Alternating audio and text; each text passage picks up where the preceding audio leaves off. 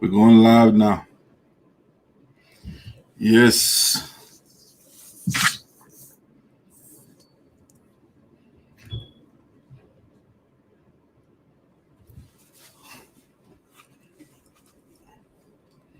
Check the mic. 1 2 1 2. Check the mic. Check the mic.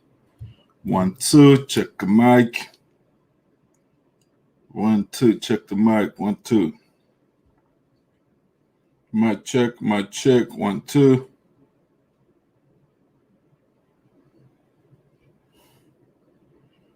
Mic 2. Mic check. Let me see here. Check the mic. 1 2 1 2. Check the mic. Check the mic. 1 2. Check the mic. All right, my sound is pretty good here. 1 2. Mic check. Mic check. 1 2. 1 2. Check the mic.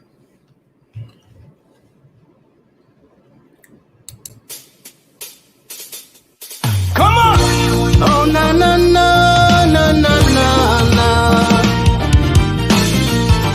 Oh Jah, oh Lord, we pray.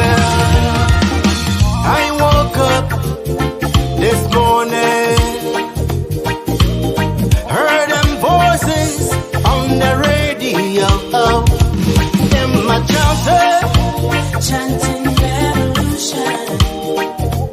In my running helter skelter.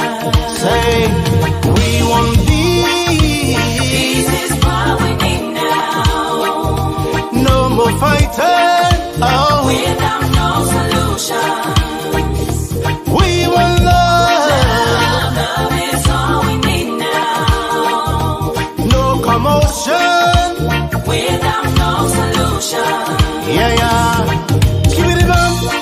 Oh. Give it a bump, bump, bump. Hey, hey. Give it a bump. Oh, Jaja. Hey, Mr. President, I know you love your people.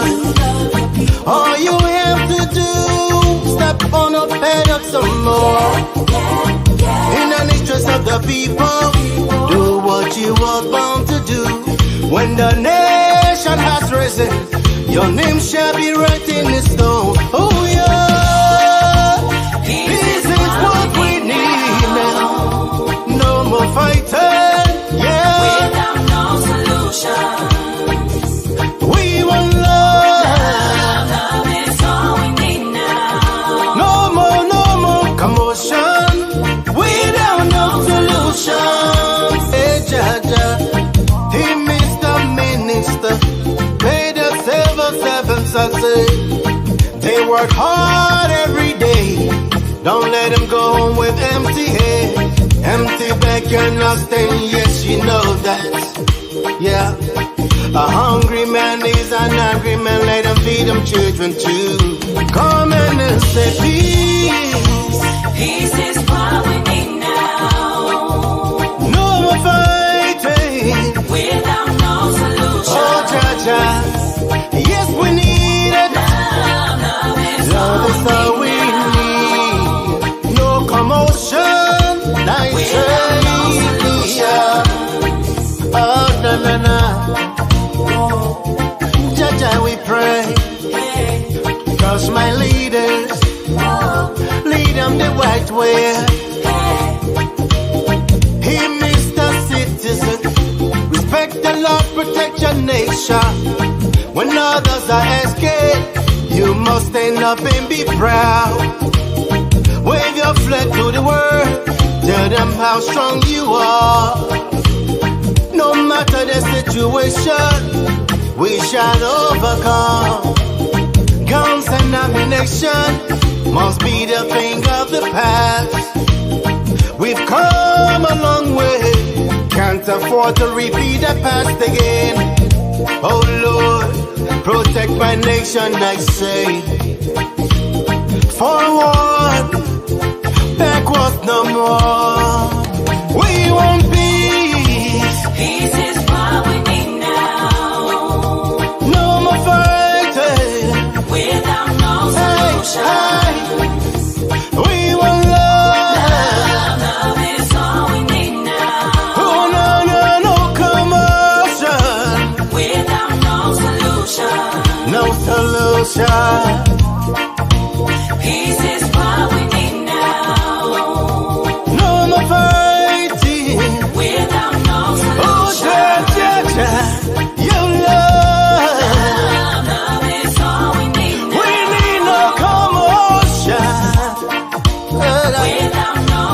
Father, save the world.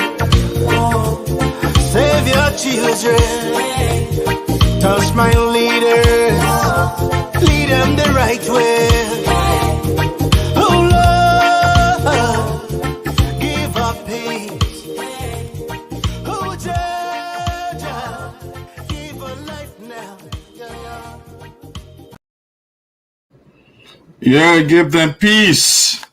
We don't want commotion. All right, ladies and gentlemen, wonderful. Another show coming your way from the Voice of SINOE in the diaspora. So please share with your friends to be part of the show as well. All you have to do is to hit the share button, and others will be on the show. So we want to give you another entertainment. After that, we'll immediately start the show. Let me see what I got for you here, entertainment wise.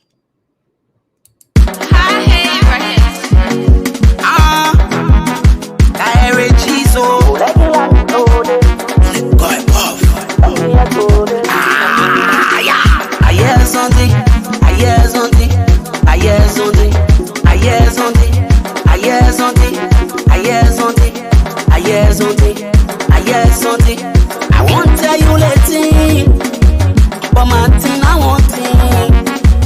I won't tell you later, but my thing I want it. I hear something, I hear something, I hear something, I hear something, I hear something, I hear something, I hear something, I hear something. Destiny, they can't stop my destiny. Destiny, they can't stop my destiny. Destiny, they can't stop my destiny. Destiny, they can't stop my destiny. So my hoping for me. So my hoping for me. That's hoping for you. So my hoping for me. You don't want me play a role. I'm done, I'm dead, I'm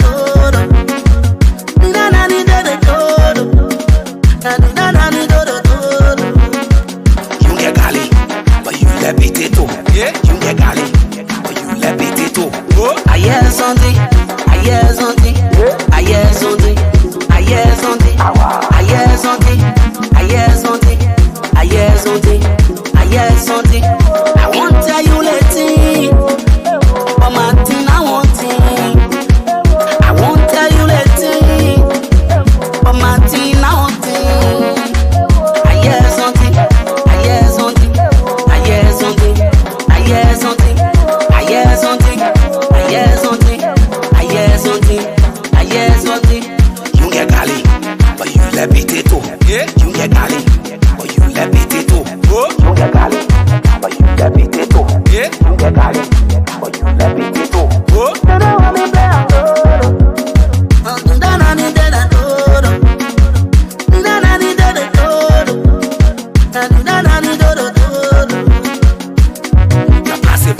respect with. Your place for your respect with. Your place for your respect with. Your place for your respect with. I hear something, I hear something, I hear something, I hear something, I hear something, I hear something, I hear something, I hear something. I won't tell you later, but my thing I want it. I won't tell you later, but my thing I want it. I hear something, I hear something, I hear something, I hear something, I hear something, I hear something, I hear something, I hear something.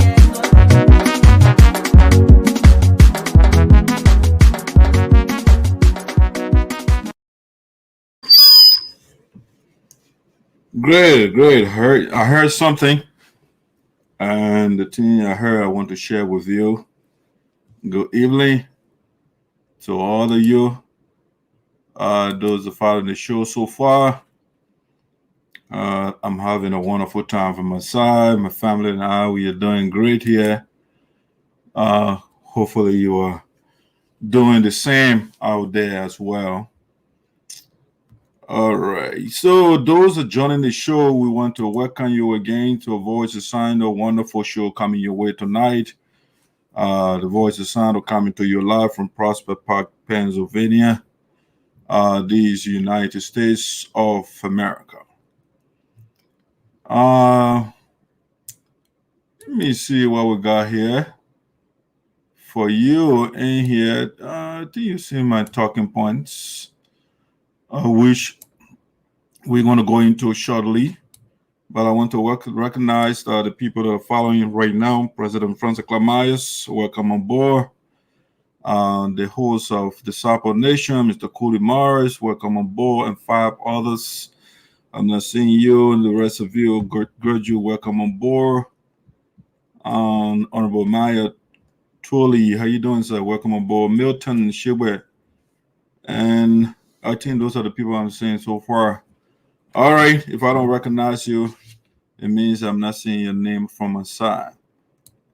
All right, so what do we have for tonight?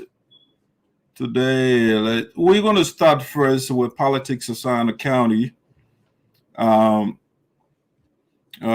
all, you got to just focus on the name, the Voice of SINOE in the diaspora. And so we're going to start with the politics of SINOE County. And so we go into the factual realm of Voice of SINOE. What is in the factual realm? The first thing in the factual realm of Voice of SINOE is politics, for sure. All right, so we're going to go into the politics of SINOE County with respect to 2023 actually campaign. And so we're going to start from the U.S. Recently, a lady that wants to be our leader, she made a pronouncement. She made an intention known to the global community. And soon as the pipe or the conduit through which information gets to you, we have an obligation to discuss the position statement of the lady that declared. So we'll say politics of SINOE. So we're going to be analyzing Madam Carlos Shekpe's statement of intent. All right. So the other day we just brought it to you and we did not put it in context for you. And so that's what we're going to start the show with first tonight. I got other things here, though, breaking news here. So the outline that you see it over there, I didn't put the breaking news.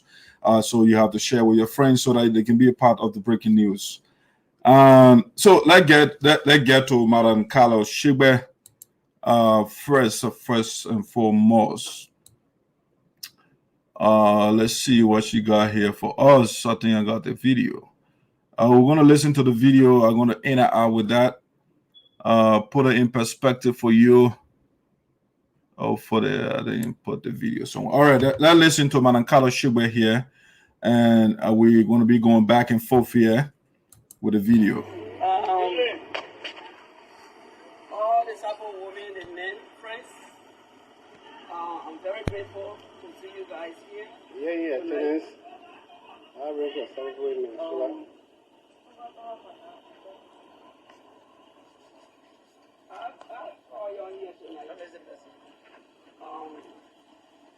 I had a beautiful news, and I can't keep it to myself. And the news had to do with my people that I care for, my people that I have love for, my people that I love, for which I don't want to tell anybody that I'm different tribe. I love to be called Sapo, so I love to speak Mandala in English.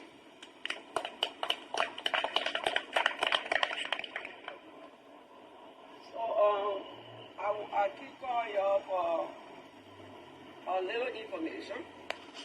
And what All right, so ladies and gentlemen, what I'm going to do is, because I want to interact with the feature that I'm using right now, I cannot interact. So I'm going to play the video, the audio, and I will pull a picture up here, and then we'll go from there. So I will play the speech from my other device here, and I will put her beautiful picture here. Madam Carter, so we can engage with her statement. All right, so let me get to the over here.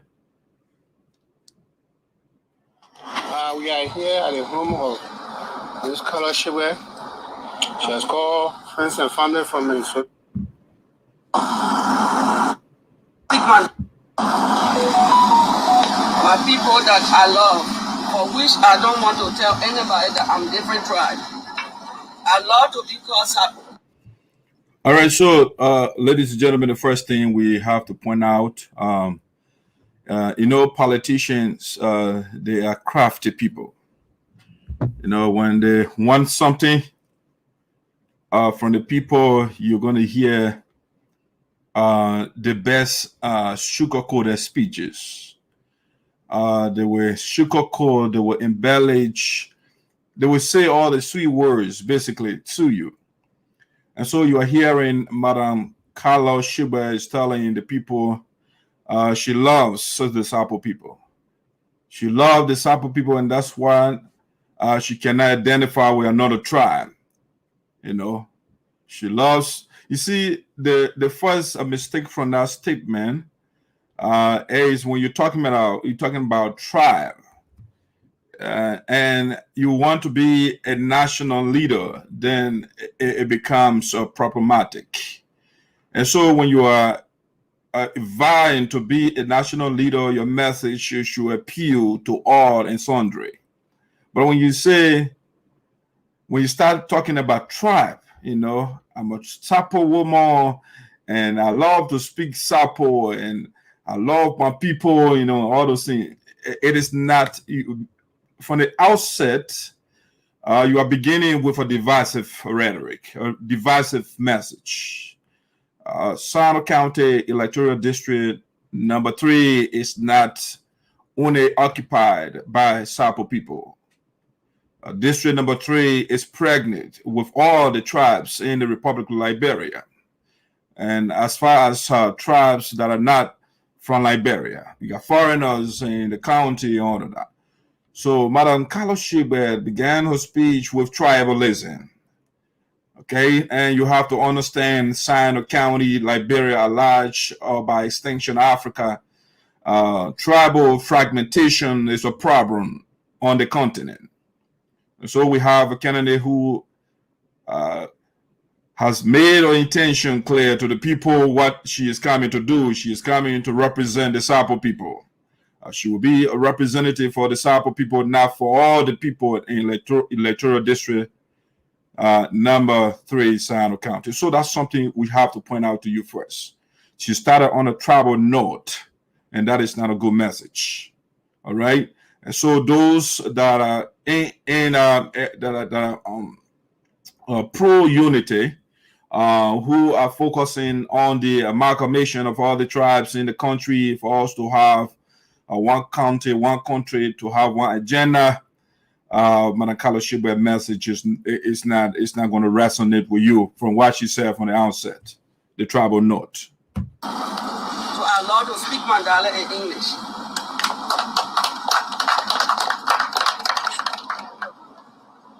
So I keep calling you for a little information and what I got from Liberia when I went.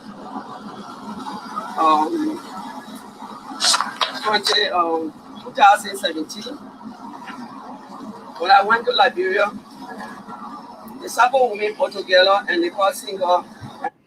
All right, so there's a reason I want to play that audio in the video, and something I want to point out in the video, for which I'll still play it from my device, but I just want to play, and something I just want to point out quickly before I turn back to all the Sapo women and men friends. I'm very grateful to see you guys here. Yeah, thanks.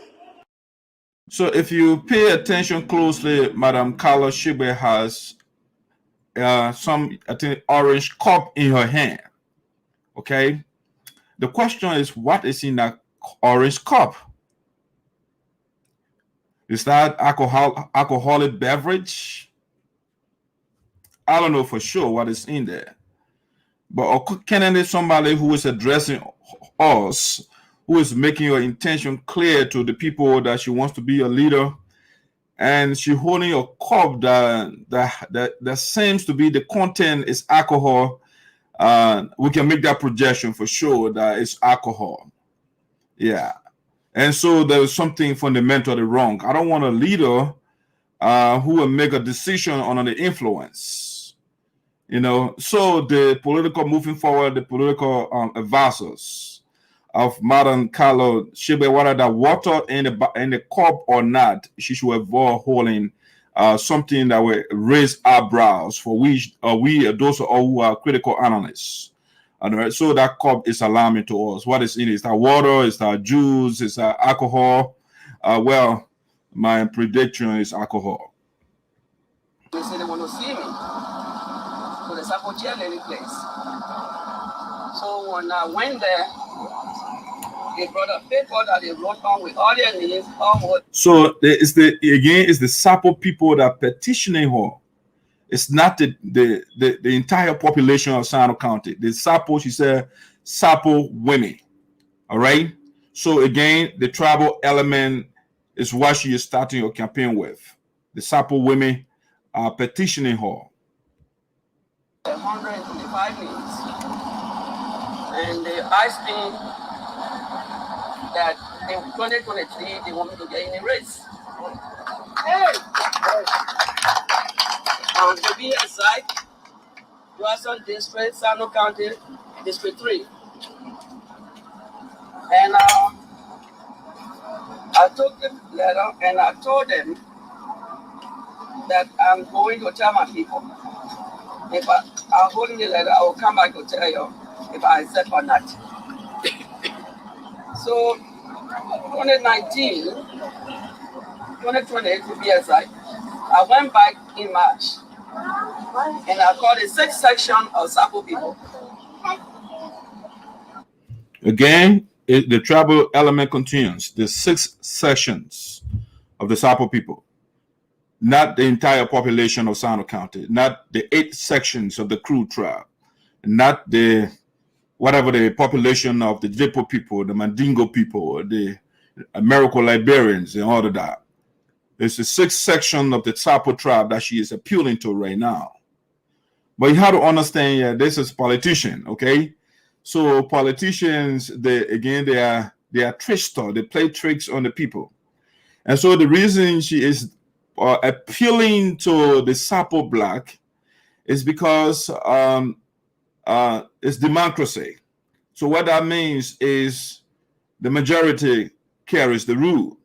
And so the Sapos are in a majority in Sino County Electoral District number 3. And that is why she is strategically positioning herself or trying to align herself with the Sapo group. Okay? But again, this is not a unifying message, but again, that's politicians. What is in their interest, that's what they do. I mean, their goal is to win. And so if it calls them to divide the people, they will do it. All right? So Madam CARLOR SHEKPEH'S is going appealing to the Sapo black. To inform them that the Sapo woman petitioned me to get in the race, which I told them I whole word. So keep in mind, it's the Sapo women, not the Sapo men. Okay? Just the Sapo women. I came to tell everybody that I accept to get in the race 2023. And what I did in Nigeria. So upon receiving the petition of the women and marginalizing all the other groups in the county, she has determined, she has resolved to participate comes 2023 in Sino County Electoral District number 3. But in everything, you have your backbone. I live here in Minnesota. I'm not living in Liberia.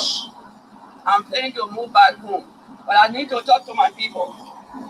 Because all right, now, so she doesn't live Liberia. She lives in the U.S.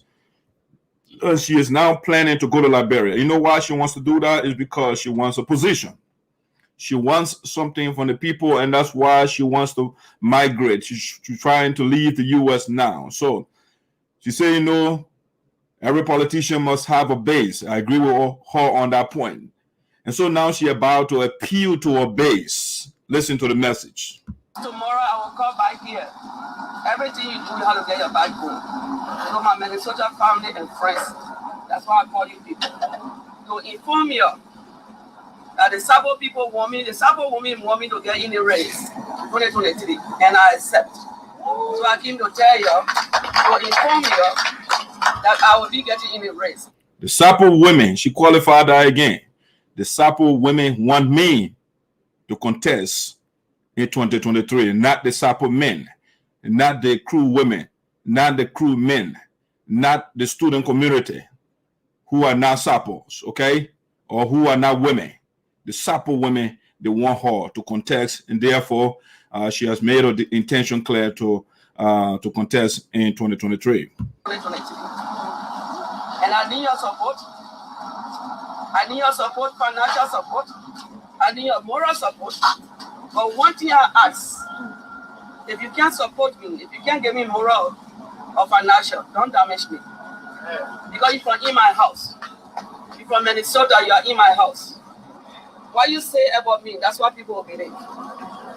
So I don't want you to damage me. If you can't help me, don't damage me. All right, so Madam Carla Shekpeh now is appealing to her base. I want your financial support. I want your moral support. However, if I cannot get these two things from you, I beseech you, do not destroy me. Don't tell the people anything negative about me, because you know why? You are from a house. Anything you say, people will believe it. So I'm asking you, any dirty thing you know about me, don't say it. Just keep quiet. Don't let the people of SARGBEH County know. No, the base, the supporters of Madam Carla Shekpeh, you are also SINOEans and you are Liberians. And our country has been going through a lot of stuff because of dishonest politicians. So if you do not tell the people the truth about Madam Carla Shekpeh and she becomes lawmaker, guess what? You are also complicit in whatever she will do. Right now, she's starting on the tribal element. She said, no, I don't tell the people about I'm an angel. So you're selling me as an angel. I have nothing negative. Don't put anything negative out there for me. Don't damage me.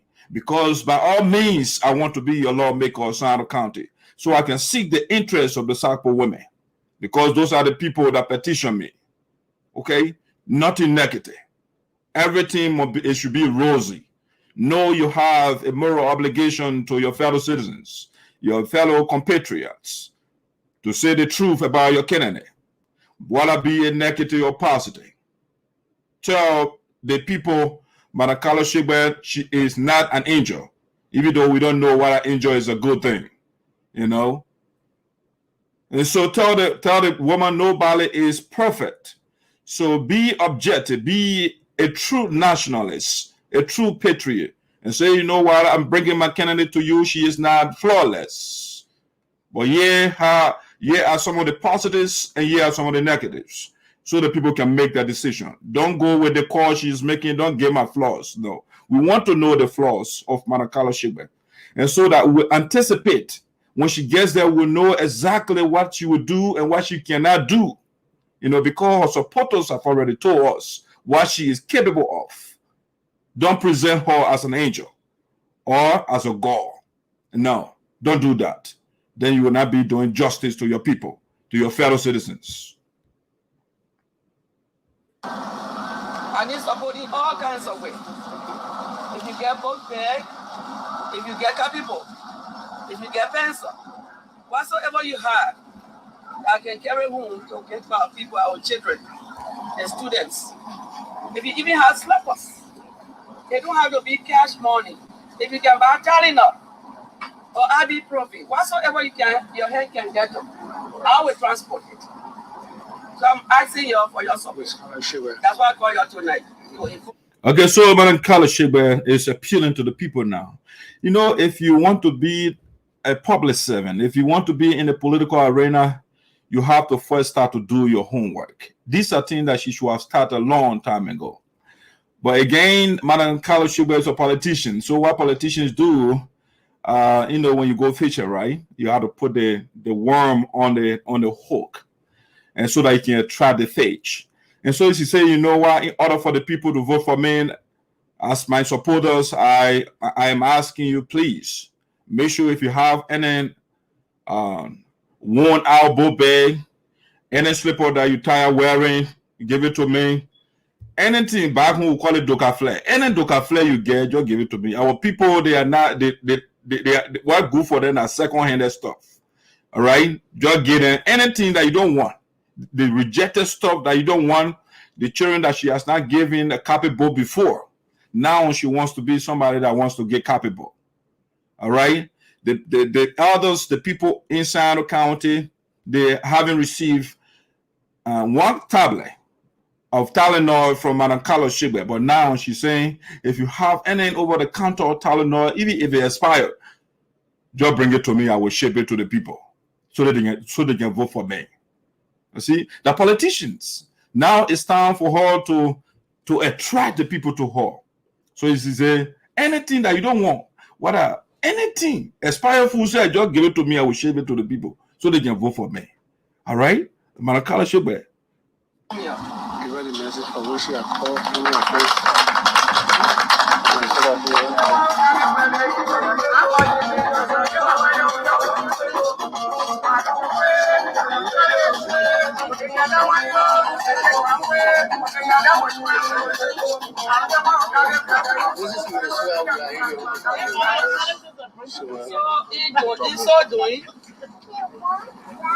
every one of us here in America, you got 10 or 15 persons that know you by phone, that you at least have control, that at least look up to you here. I want you to talk to your family. We have to change our district. We have to change our district. There's so many things that we need to change. Right now, you try America. When you reach some of those towns, you have to go in the bush to do number 1 or number 2. And we stay here with. All right, so my Carlos Shekpeh is still making the call. Yeah, in our county, the condition is deplorable. And so right now, I want to go to build toilet all over the place. It's bad county. The county is bad. Meanwhile, they are campaigning. They are campaigned instead of building toilet facilities in the county for our people, something our people will benefit from. The campaign for people that are doing well to have shelter over their head. And so the campaign for nurses' quarter, which our people will not sleep in. All right. So that's the campaign they're on. They want bill for the nurses' quarter, marginalizing our people. The doctors, the nurses in Liberia, they can't afford to get a roof over their head. Okay. But the poor people, the students, they can't afford certain things. Our elders, their houses are leaking right now. But the people, Madam Carlos Shekpeh is saying, no, let's build a wonderful facility for the people.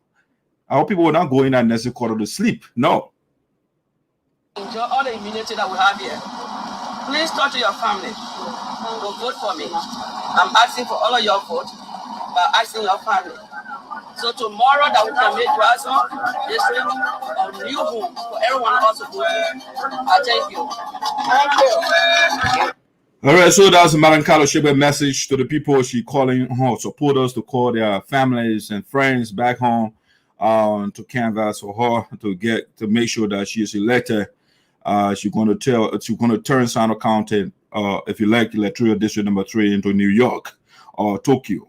All right, so that's the message of Madam Carlos Shekpeh message to us. Let's see how it plays out. There are a lot of people in the race in district number 3. Again, you got to understand Mr. Zaza will be running for the Senate. And that's why everybody now coming up in just Drawson district alone or Drawson Billable Creek will have multiple candidates. Madam Carlos Shekpeh is the second female that I know so far that contesting this lady right here, Madam Carlos Shekpeh. She contested in 2017, and she also wants to get in the race again.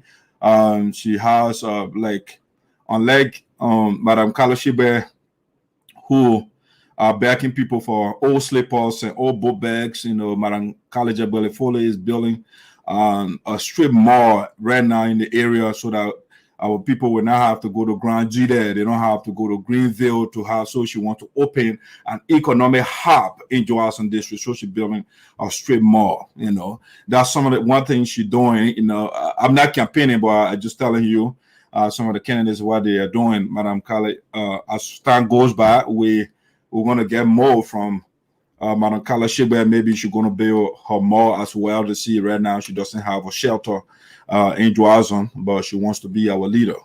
But she told us the other day, you know, I will build my house in no time because I want position right now, so I will build it anytime I want. All right, so that's the issue of Madam Kali Shebe. Let's go to something else here on the platform for tonight. No what?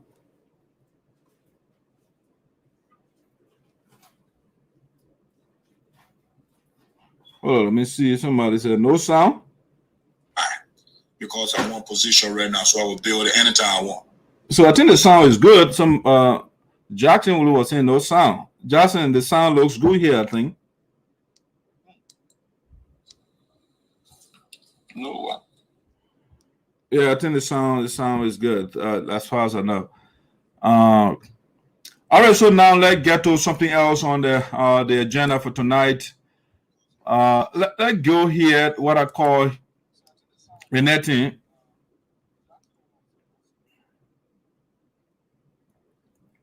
We can hear you. Okay, thank you so much. Thank you, Madam President. All right, so the next question we want to tackle here in the factual room of Voice of SINOE, who deserves credit for the Nurses Quarter? You know, the Nurses Quarter has been the talking point for the former president of the United Sapota Association, Mr. Green Kojidio. And what I'm hearing from the president and his supporters, it seems as though the building was constructed by Mr. G. Kojidio from his pocket, because that's how that's the message they are conveying. They're acting as though President Gio took his personal money and built a nurses' quarter for the Sapo people or for the people of Johnson District, SINOE County. And so, being somebody who believes in justice and equity, I'm asking the question: who deserves credit for the nurses' quarter? Is it President Giko Gio? Is it the board of directors? Is it the elders council? Is it the women wing? Is it better yet the General Assembly of the United Sapota Association? Who deserves credit for the nurses' quarter? Now, here's what I can say for sure. President Gio, by virtue of the fact that he was the president at the time for the union, and the project was implemented during his reign, it is fair to say that he participated in the construction of the building.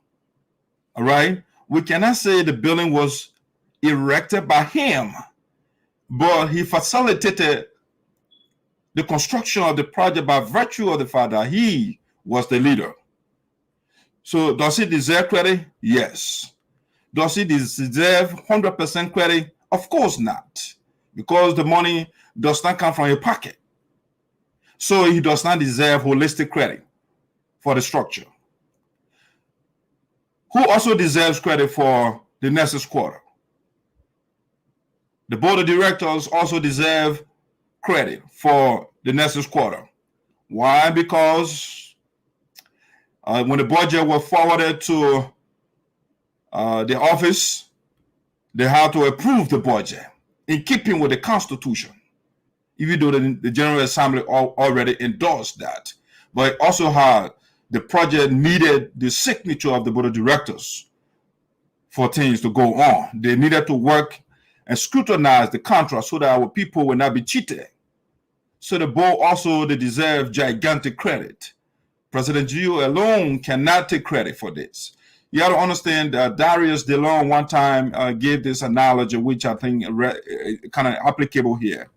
He said the board of directors of the United Sapper Association, they are somewhat, to an extent, they are akin, they are similar to the national legislature. And so the lawmakers will appropriate budget.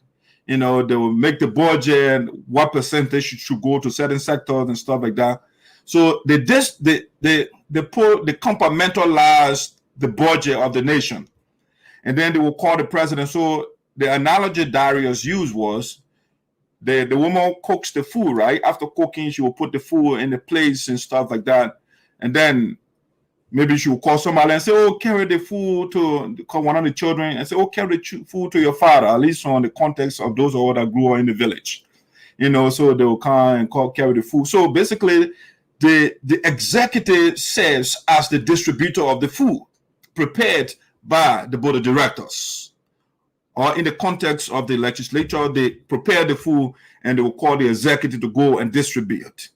You know, so it's the same thing. The board of directors, they approve the budget, they play their part. So they scrutinize the contract and all of that and say, okay, it's okay for the project to go on, the president can go ahead. So the president alone cannot take credit for the next quarter. The people that also deserve all the credit, we'll call the people, that group, we'll call it National Assembly, the General Assembly. The people are the one that voted for that next quarter. Initially, they gave President Geo, he said he want in North Carolina, he wanted 3 buildings. The people approved it, but then he brought it back on the table in North Dakota. The people said, okay, so we'll give you 3 in North Carolina, and you brought it back on the table this time around, we're reducing it to 1. And so they gave you 1, you see? And so the General Assembly, had they not approved the project, Green would not have implemented it. And so the point I'm trying to make here, the crust of my talking point here is, when the president is talking about the next quarter, or the supporters of the president are talking about the next quarter, they should not act as though the money was generated by Green from his income, from his personal check, and then he erected the building for us.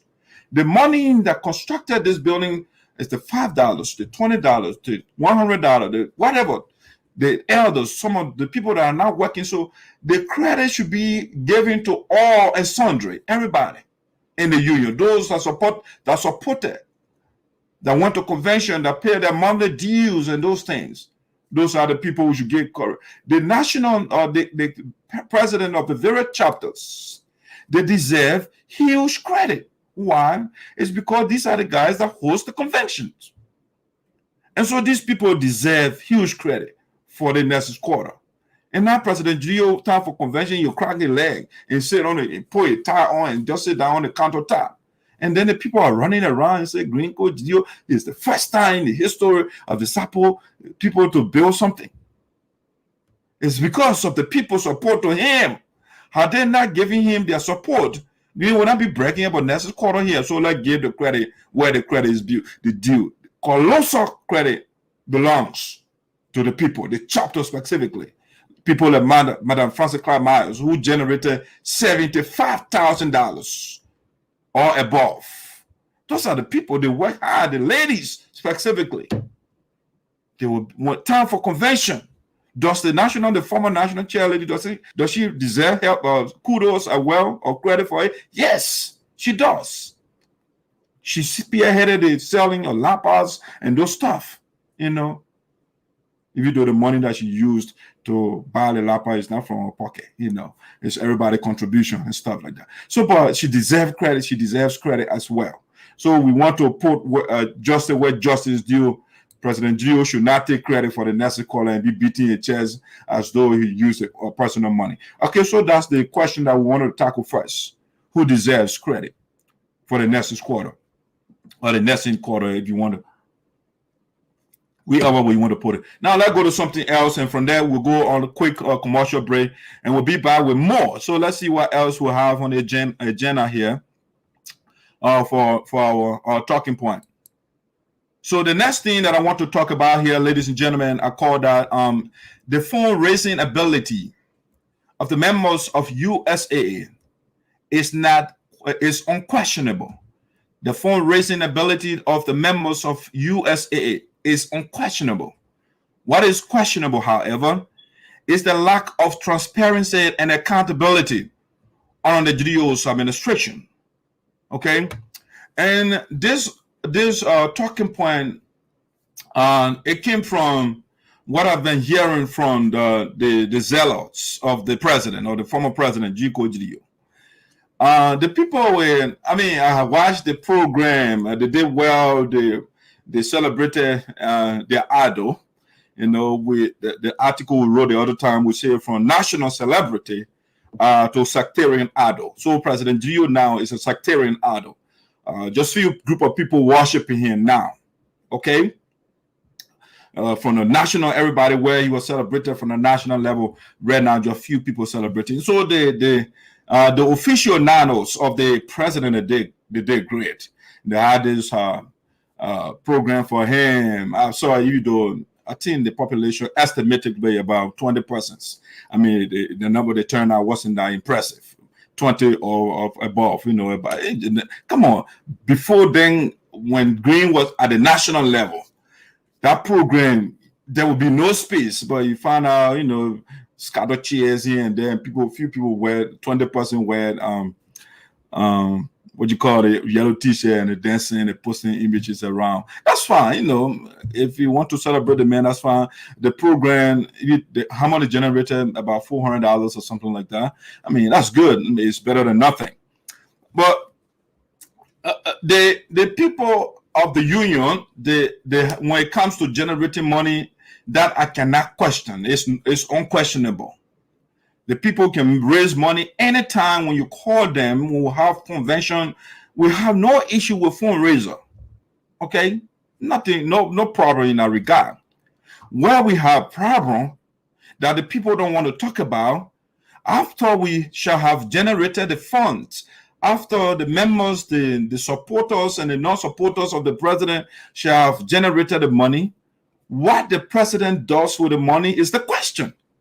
We are not after, no question about how the money is raised. The people are very generous in the union.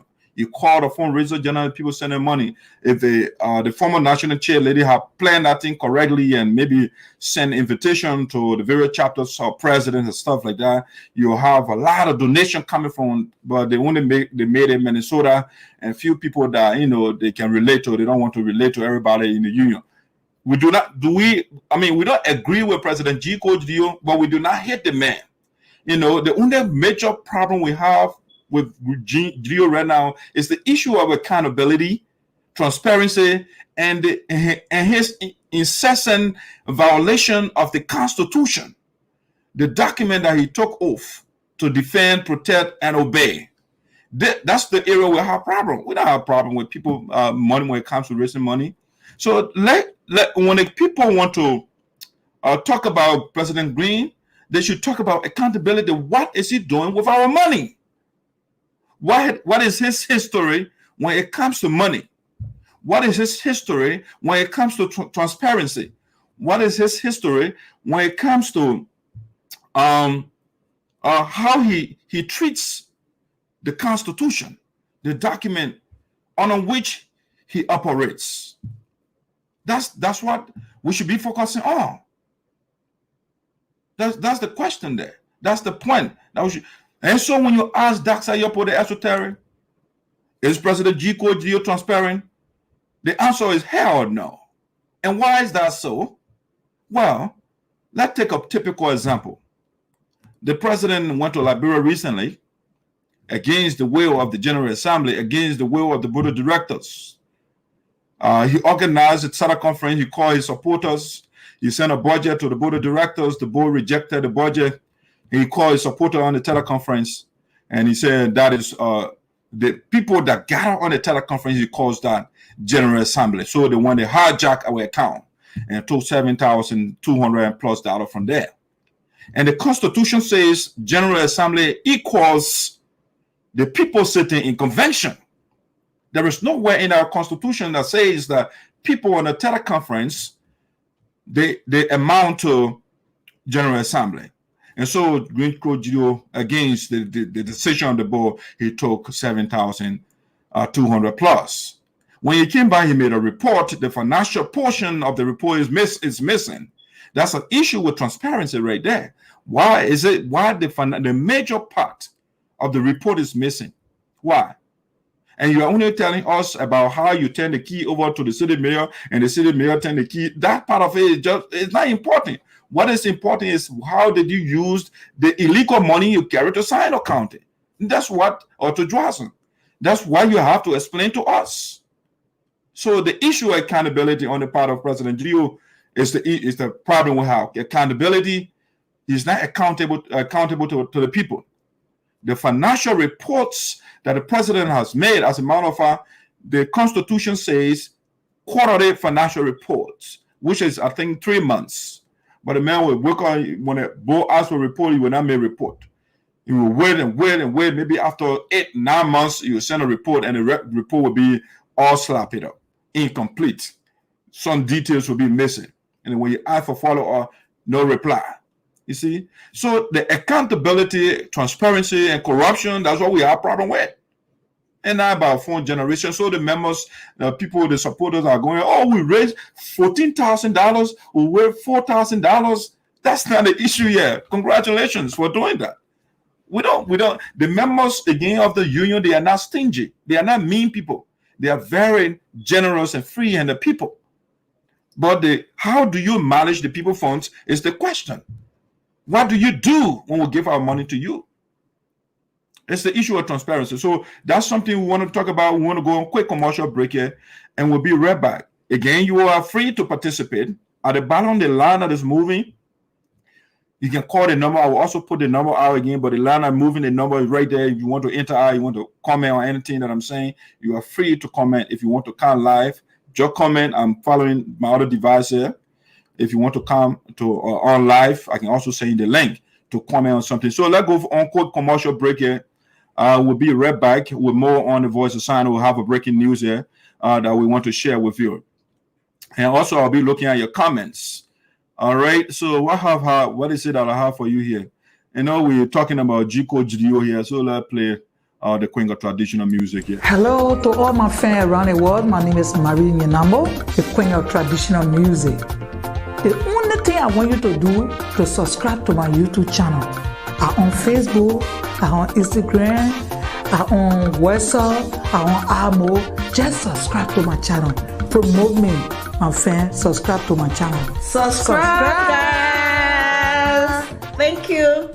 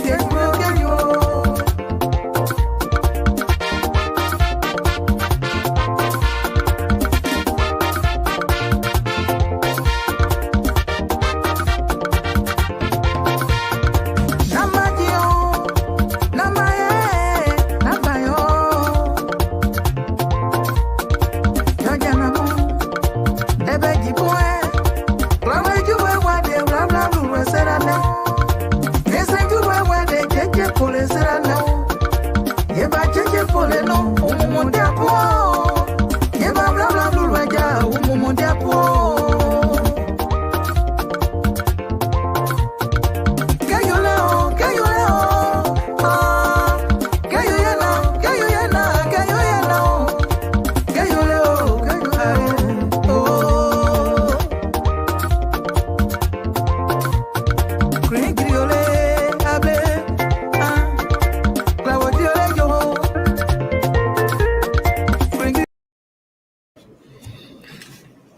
All right, ladies and gentlemen, welcome back to the Voice of SINOE in the Diaspora with Dr. Sayopude.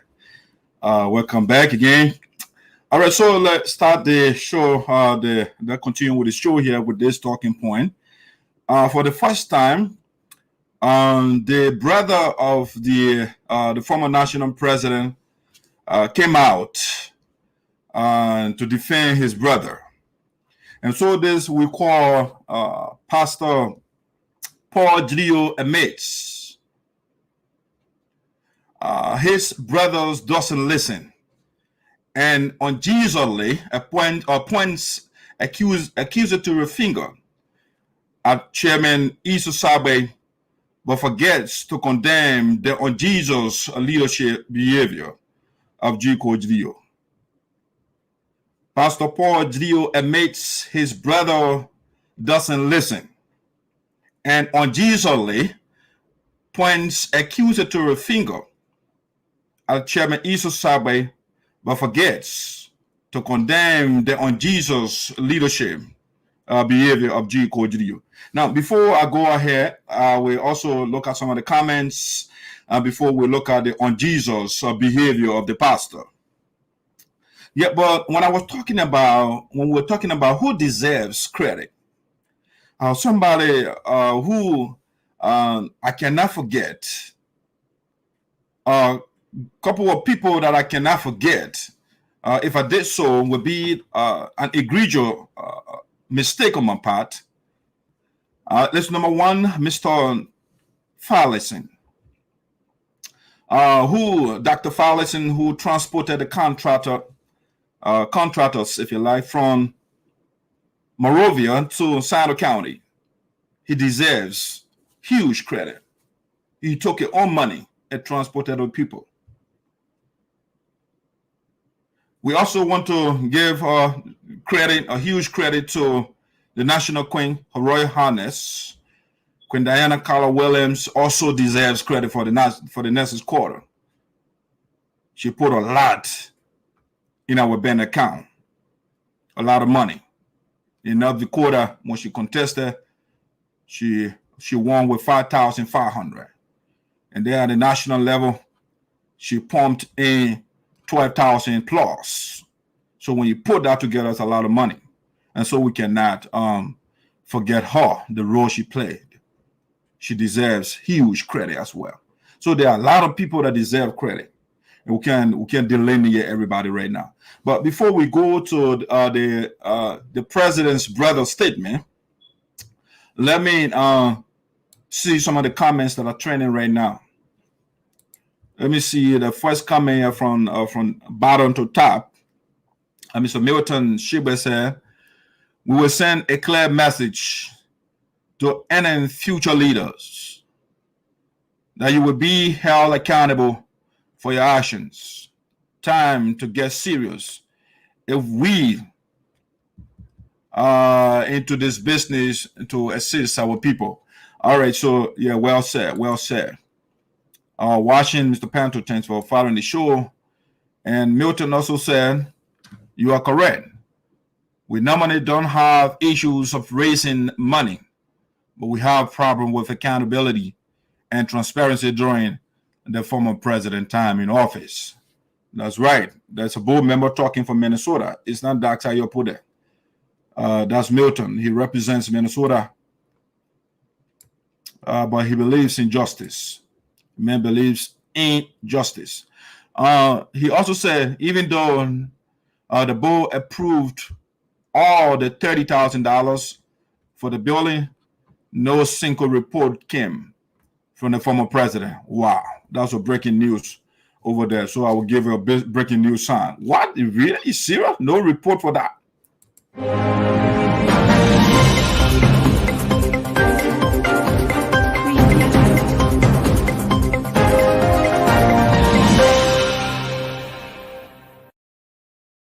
Well, ladies and gentlemen, the breaking news that we just got here, and according to the board member of Minnesota, Mr. Milton SHEKPEH'S, said the $30,000 that was approved by the board of directors to construct the Nessus quarter, the former president did not make a report.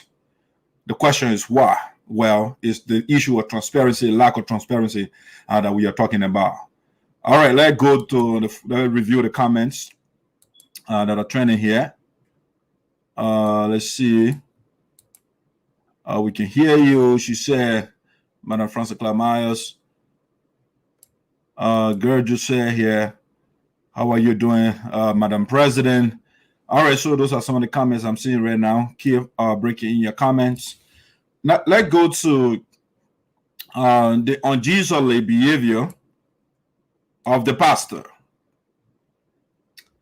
So, the brother of President GBOLEY, Mr. Joseph Pastor Paul, in his recent statement, the barbecue, the honorary ceremony they have for the president, he admitted, and something that we have been saying over and over and again, that President GBOLEY doesn't listen. The president brother admitted that President GBOLEY does not listen. Yes, indeed, he doesn't listen. Okay? So that is mind-blowing. For your brother to come public to say that, yes, my brother does not listen, that's a serious issue. That confirms, that validates everything that we have been saying. All right? It's not a stranger saying it. It's not Dr. Yopude that is saying it right now. It's not ESOTERIC that is saying it. It's not Milton SHEKPEH'S that is saying it. It's not Madam Francis Myers. It's President GBOLEY's own brother, pastor. The man is a pastor. And so in this sense, he's saying, no, since I am a disciple of Jesus, let me tell the people the truth. But you know, this is not a truth that was told willingly. There was something in politics they call gaffe, G-A-F-F-E, I think. So gaffe is where somebody mistakenly say the truth, or a politician, they mistakenly say the truth. So Paul GBOLEY thought he was trying to, he's a pastor though, he's a pastor, but he was trying to politicize to make the board to look weird, or the chairman of the board to look weird. But in that process, he admitted what we have been saying all along, that Green does not listen. A leader who does not listen will always have issues. And that's why President GBOLEY has been having problems in the union. He does not listen. And his brother validated that. Now, where is the evidence? You might be asking, where is the evidence? Show me. Show me. And you know, Dr. Yopude will not come here to say something without corroborating evidence. I have to have something that will buttress my claim before I bring it out here. So the first thing we'll deal with, because in my talking point over there, we'll talk about the man admitted that his brother doesn't listen. And then the second point, he showed or pointed accusatory finger at Chairman ESOTERIC. But then he forgets to condemn the unJESUSly action or unJESUS leadership of behavior of Green GBOLEY. So let's look at that quickly. Let's look at some of the evidence here that we have. First, we'll enter our two videos here. Okay, I'll enter our two videos so that you can get what I'm saying. So let me put the president's brother image here. The man that came out finally after, we said the truth made the man to come out. We forced the man with the truth. So you have to come out. He was forced. He said, no, the people are telling truth too much. Let me come out and supplement the truth they are saying. So he came out and said, no, my brother doesn't listen. Let's go to what Pastor Paul said here. Let me go to the document. go to my document section here quickly. Where is let me get to it. Give me a second. So first thing we'll do here, let's interact with the first video that Reverend Pastor Paul put out first. He came public to speak on a couple of things, but he said the message was directed at the pastors, the men of God. So that listen to that, just not too long, few minutes of speech. That listen to Paul, and then we'll interact with him, and then we'll give you the evidence where he admitted that his brother doesn't listen.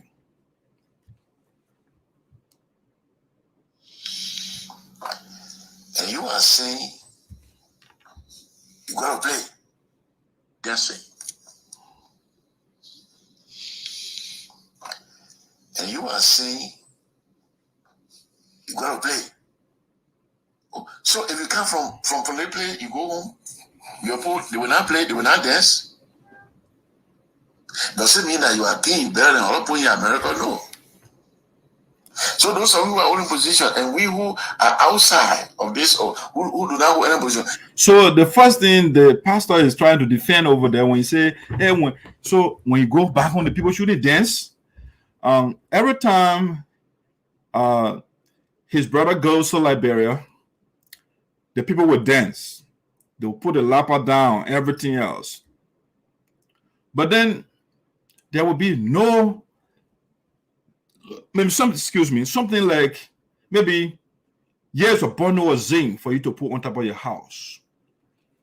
Maybe years a bottle of Tylenol for the elders, for painkiller, something like that. You will not get anything. The people will dance. They will dance and dance.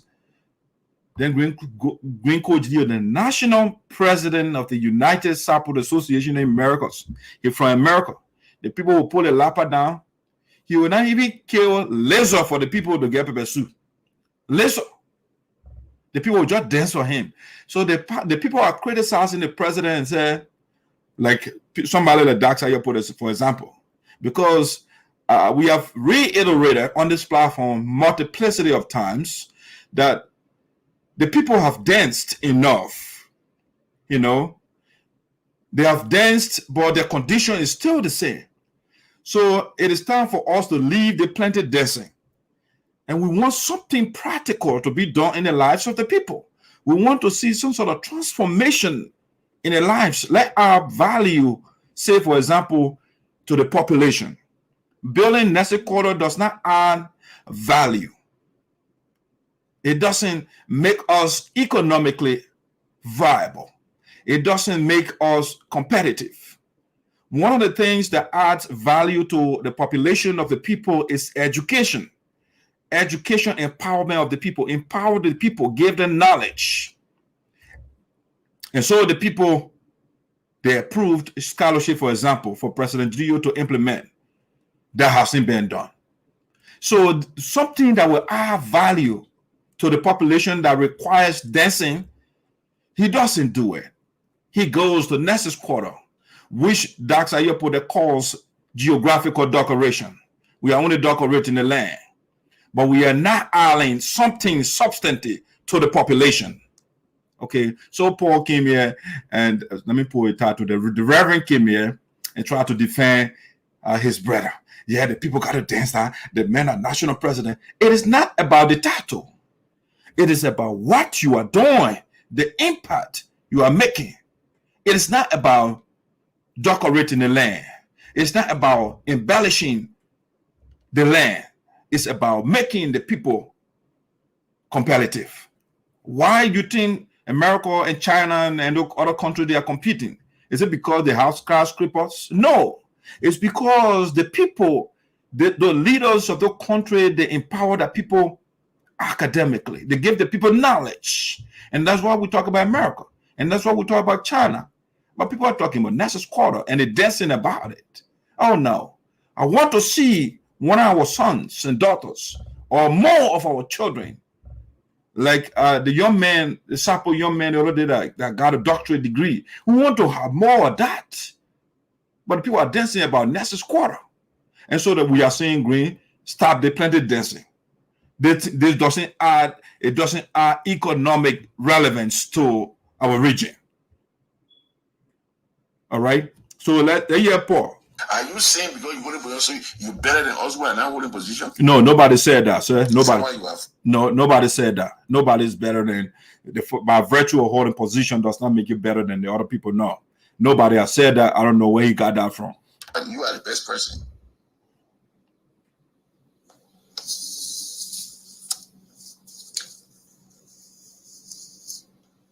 Minister of the Gospel, do you know Sabbath? It's wrong. Why did you tell him? He dismissed the president while he was away. That alone. Yes. You see, the first thing, let me make something clear here. You see, the man is saying he's a follower of Jesus.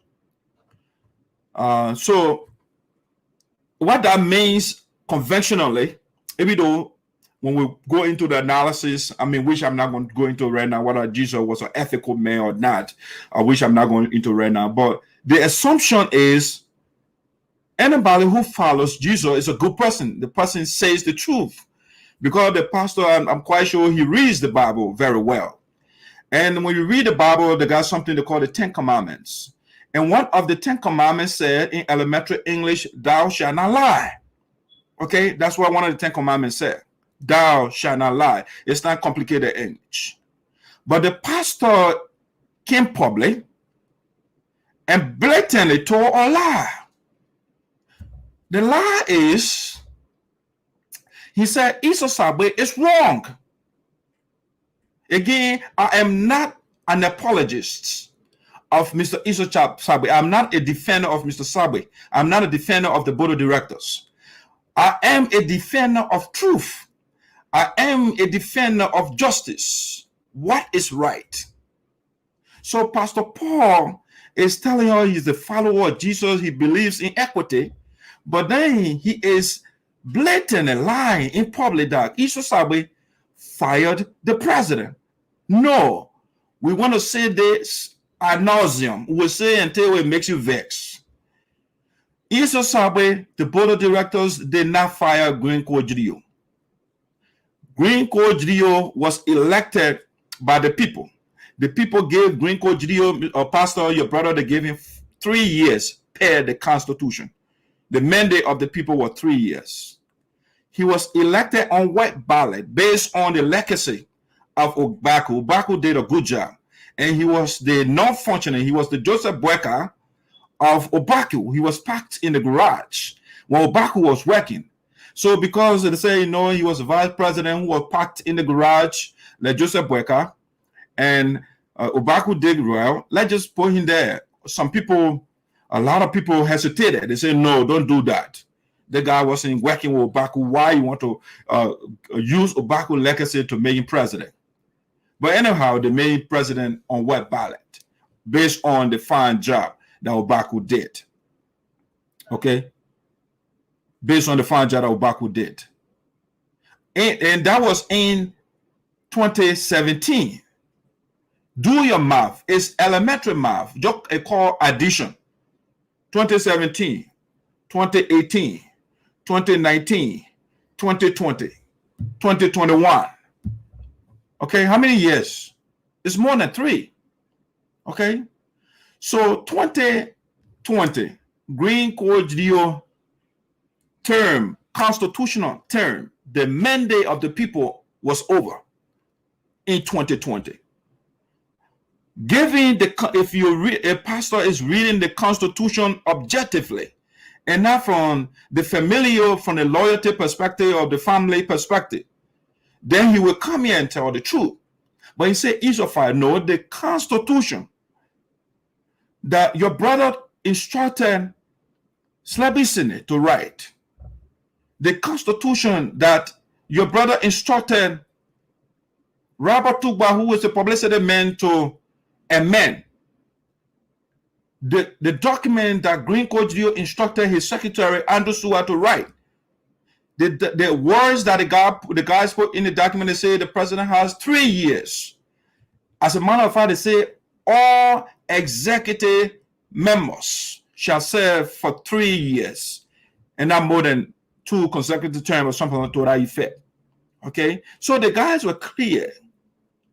And so the guys, all ESOTERIC and the board of directors did, they reminded the president of what Andrew Sua put in the document, what Robert Tuba put in the document, and what Slebisine put in the document. They just reminded him. They say, according to what Andrew Sua wrote, according to what Slebisine wrote, according to what Robert Tuba wrote, your term is over. So they did not fire him. After all, according to the Constitution, they do not have the mandate to do that. The General Assembly has the mandate. But the mandate of the General Assembly expired. The one they gave from the GEO'S expired 2020. So the pastor cannot come publicly and lie to us. The Bible verse is clear, thou shalt not lie, sir. So don't lie on ESOTERIC. Let's say the truth. Let's say the truth here. Your man Jesus said, let's speak the truth and the truth will set you free. That's what Jesus said. So let's be honest, pastor. Let us not, because you're green brother and you come and demonize another person. You did the right thing in one of your statements. You said the truth, which is green does not listen. You should have been consistent instead of demonizing the other people. I don't know Johnson organization. You the Johnson organization. You know you apply Johnson invisible Johnson organization. You see, so the pastor now who's supposed to be a fair man, who's supposed to be a unifier, you know, talking about Johnson. So about sectionalism now, you know. So this thing there, when I listen to somebody pastor, some of them when I listen, I'm often driven in the wilderness of dejection, sadness. I can be sad when I listen to them. You send word directly won't be changed, and they send the building backward. They build it where it's not supposed to be built, where we did not agree upon, and you guys were rejoicing. You also see that. So you Lord be planning to destroy this man, and you gospel ministers. So he says something over there. The building was constructed where we did not agree on, where the land does not belong to us. So in other words, Paul is telling us his brother build our structure, and then it means that we are paying rent to out of him his personal land, because that's how it seems that because our land was given. The people gave our land, and he said the building was constructed on different land. So are we paying rent to somebody? Who is that person? You see, so the pastor is bringing something that that requires the investigation of that. How you put it? We're going to do investigation. Are we paying rent to somebody, and then the people give us free land? You are the light, and you join a renegade group. The pastor talking, we're calling people names now. Renegade group. You see, when emotion takes over people, this is what happens. You know, they put God beneath, they put Jesus beneath aside, and then they start calling names. These things must be stopped. We are sample people. Even in our own country, most of the people, they don't like us.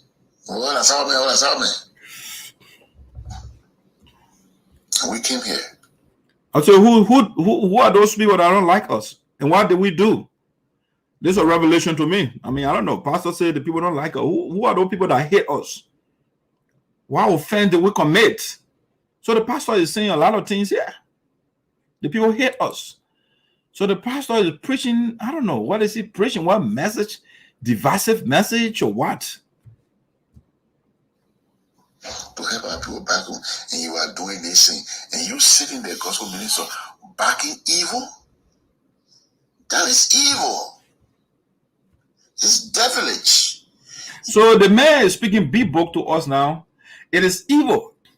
It is devilish. For the board of directors to remind Green Code GDO about the words that Slebisine put in the document, that Robert Tuba put in the document, that Andrew Sua put in the document. It's evil to remind the president of the words. I don't know. The Constitution, it didn't say that when the president travels, if he does not listen to the people, or the board of directors, the president got to be in certain position for the board to send communication to him. Nothing to that effect. So what is evil about sending your communication when the president is out of the country? The people already told you, we don't approve your trip to Liberia. They wrote the communication to you, you were in America here, and you defy the people. You went in the account and still took that money. And you see the people, they fire you. They told you already they don't approve the trip. And you went against that way because of arrogance. Because you think you are the Ayatollah, the supreme ruler of the Sabo people. You don't want to listen. Like Paul himself admitted that Green Dio does not listen. So how is it that you are demonizing the board of directors?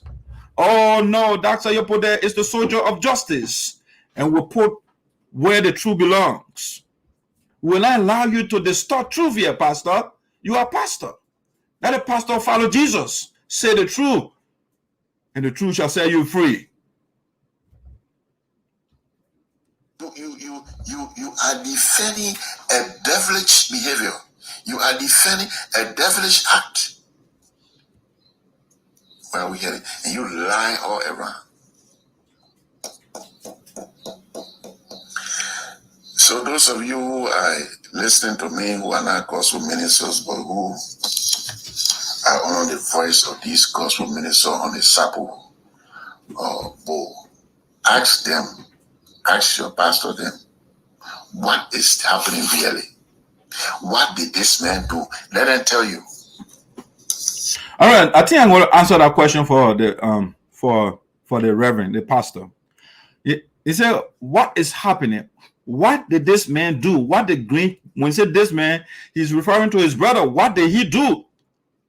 Now, pastor, being the reservoir of information, being the auditorium of information, I want to go in the information room to share with you to answer that question. What did Green do? Green asked the same question when he came to Pennsylvania here. And President Meyer answered that same question. What did I do? And now the brother is also asking the same question. What did Green do wrong? Pastor, with the power investor aiming as the conduit of information dissemination, I have the distinguished honor to divulge to you some of the things, some of the infractions, egregious infraction of a brother, some of the things he did wrong. Number one, as you yourself admitted, which I will be playing shortly, you say your brother doesn't listen. If you're a leader, you don't listen to the people, that's a problem. That's number one. And number two, your brother went to Liberia, you listen to the video, we play all those videos. Your brother was calling our people witches and witchcrafts. That's something he did wrong. You call our people, the people gave you a fine message. The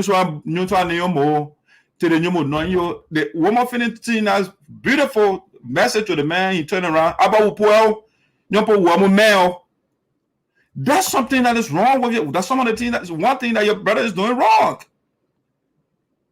Your brother, Paul, what he did wrong is going in the account and taking money without the board of directors' approval. That's something he did wrong.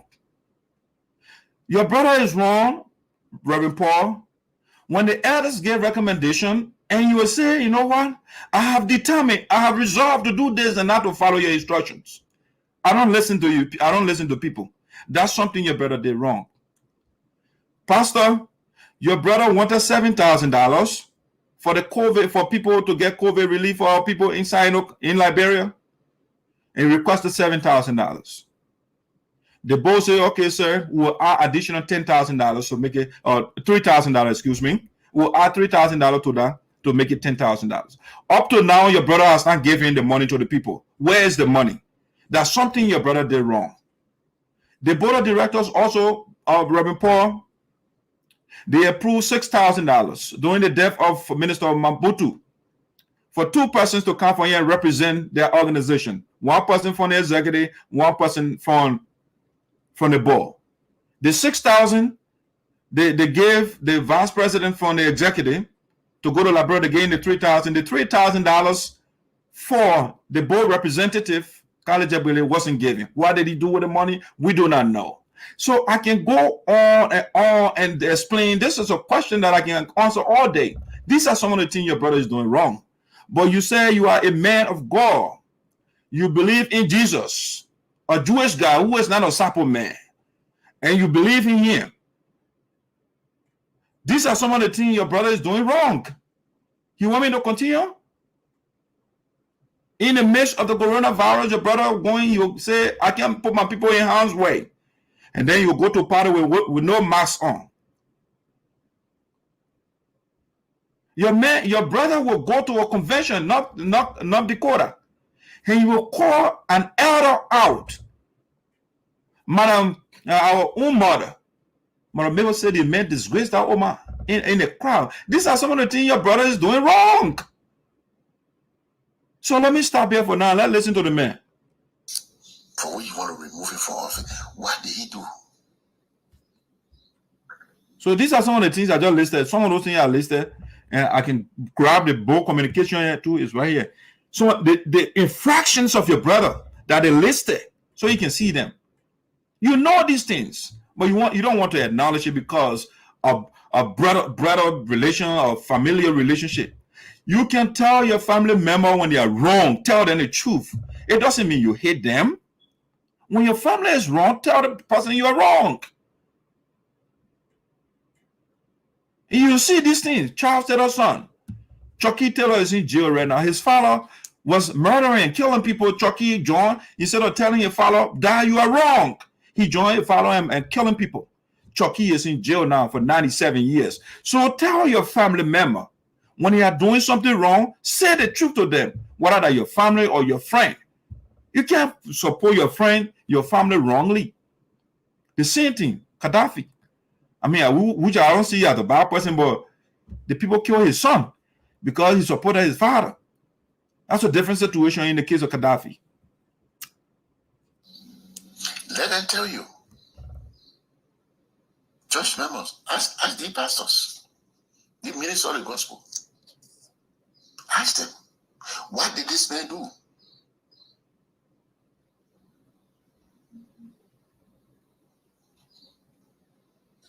You know, it will all be lie. We will destroy this community. Gospel minister will destroy our community. I expect the people who are talk show, you know, sample organization now is highly political. So I was expecting talk show hosts like the issue ESOTERIC fire Green Geo to call somebody from Green Geo side and call somebody from ESOTERIC side, and they debate the issue will be a phone. They debate the issue. Saying one or to be in politics, they debate the issue. But you talk show hitting one side, just lie. All right, so now you see, I don't know whether it's true or not. The people say Satan can't call Jesus' name. So the pastor afraid to call Dax Ayopo their name. So he said, talk show hosts, they only talking about one person. They don't want to organize a debate. Okay, Pastor, here is some news to you. Let me break the news to you. It's a breaking news. So before I break that news, let me break the breaking news sound for you, okay?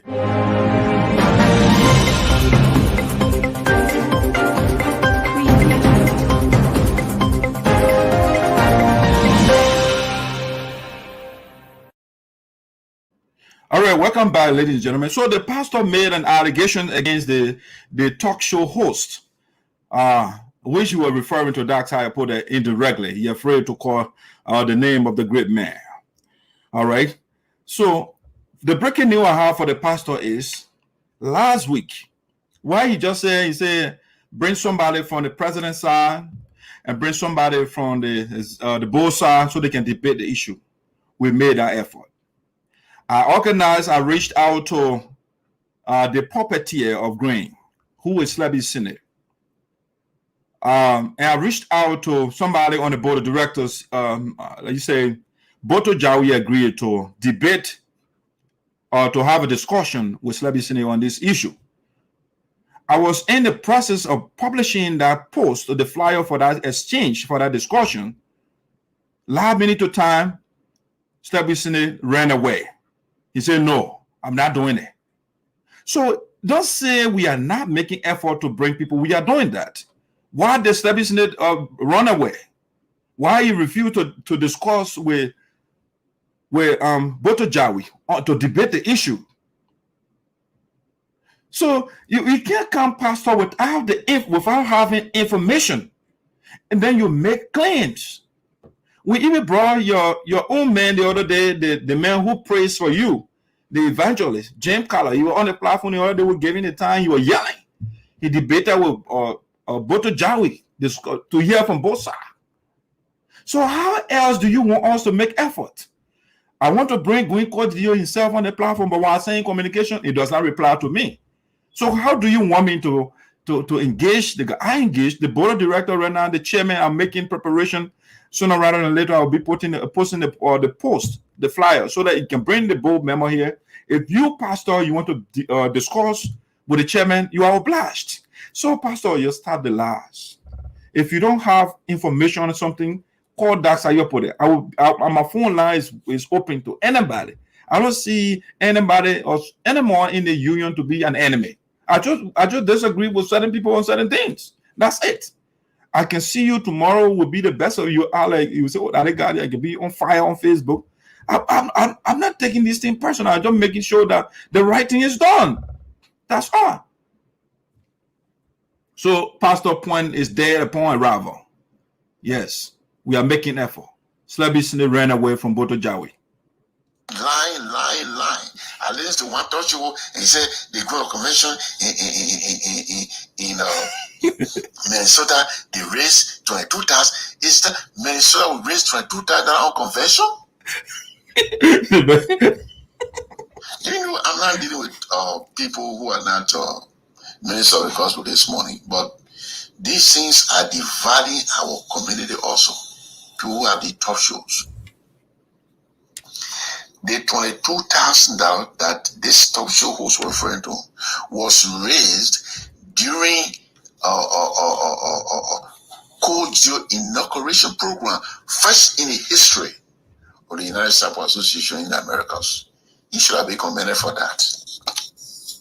But we got to understand here, though, we are not arguing, we're not having a debate. I just told you guys from the beginning, we do not have problem when it comes to raising funds. Okay, when it comes to raising money, no issue in that direction. So Paul can say all of this. That's true. The members are generous when it comes to raising money. The people, they are not tight-fisted. They can unclench their fist when it comes to money. They are not mean people.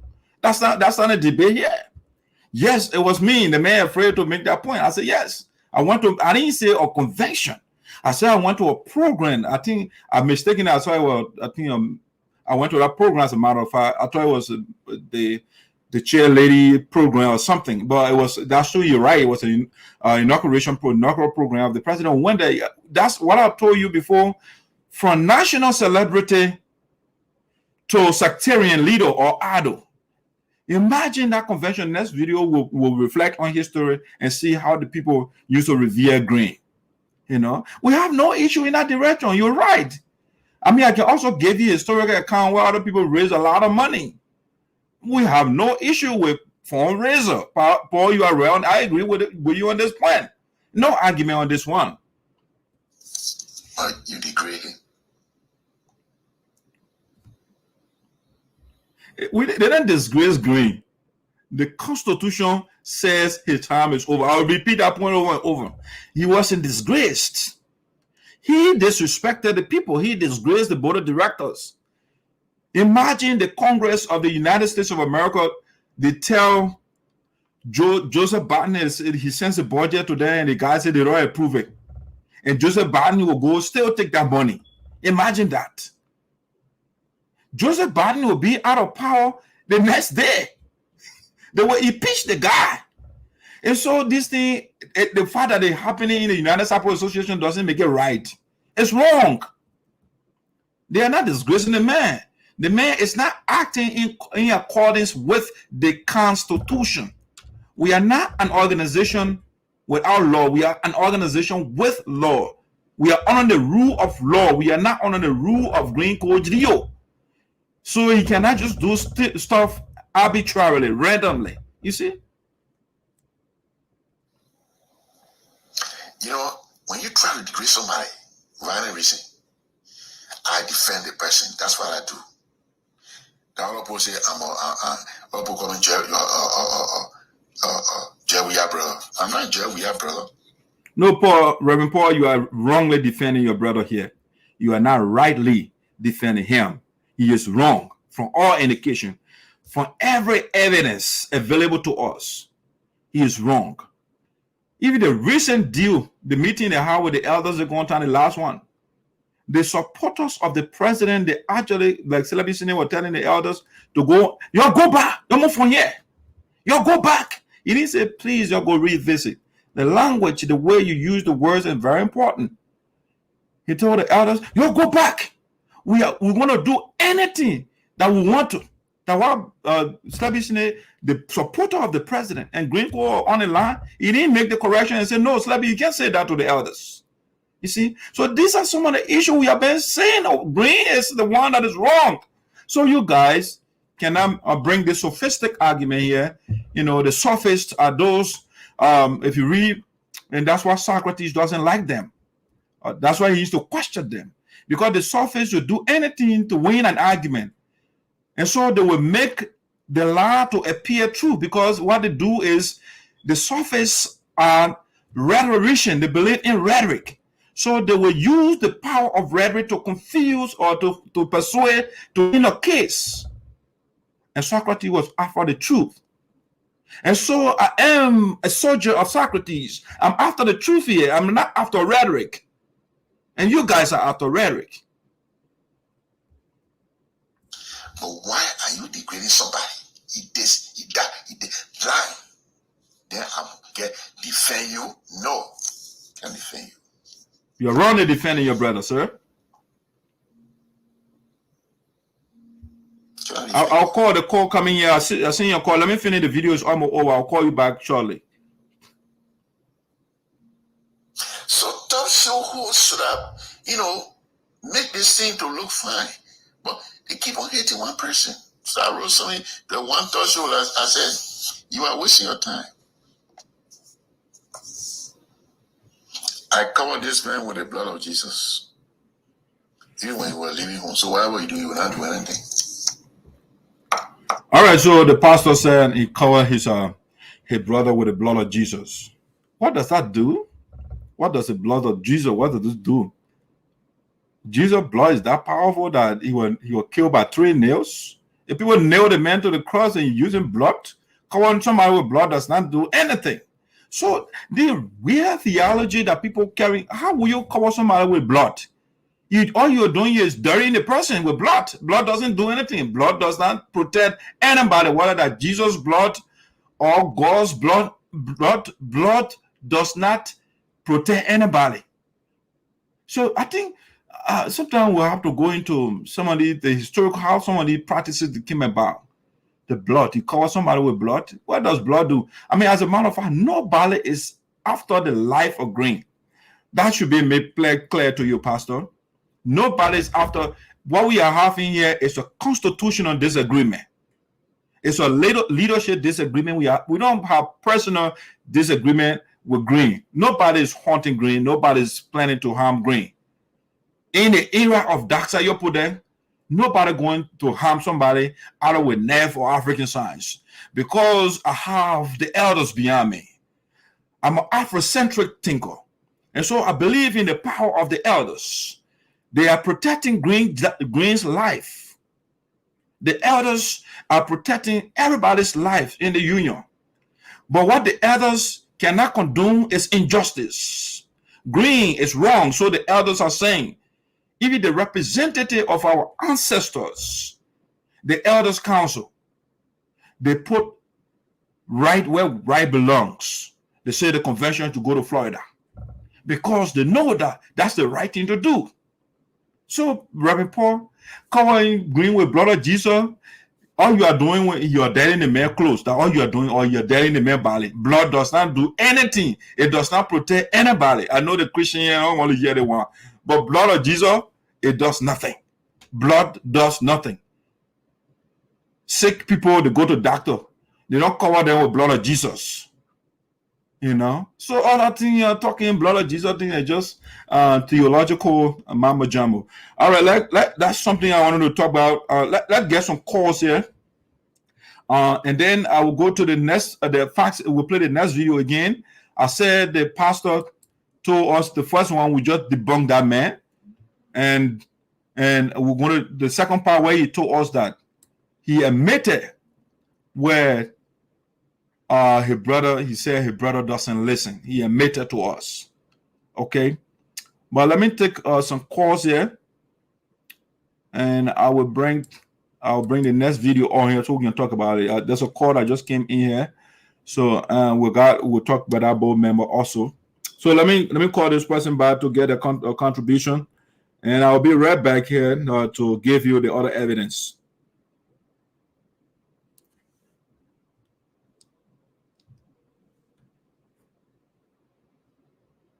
Please leave your message for...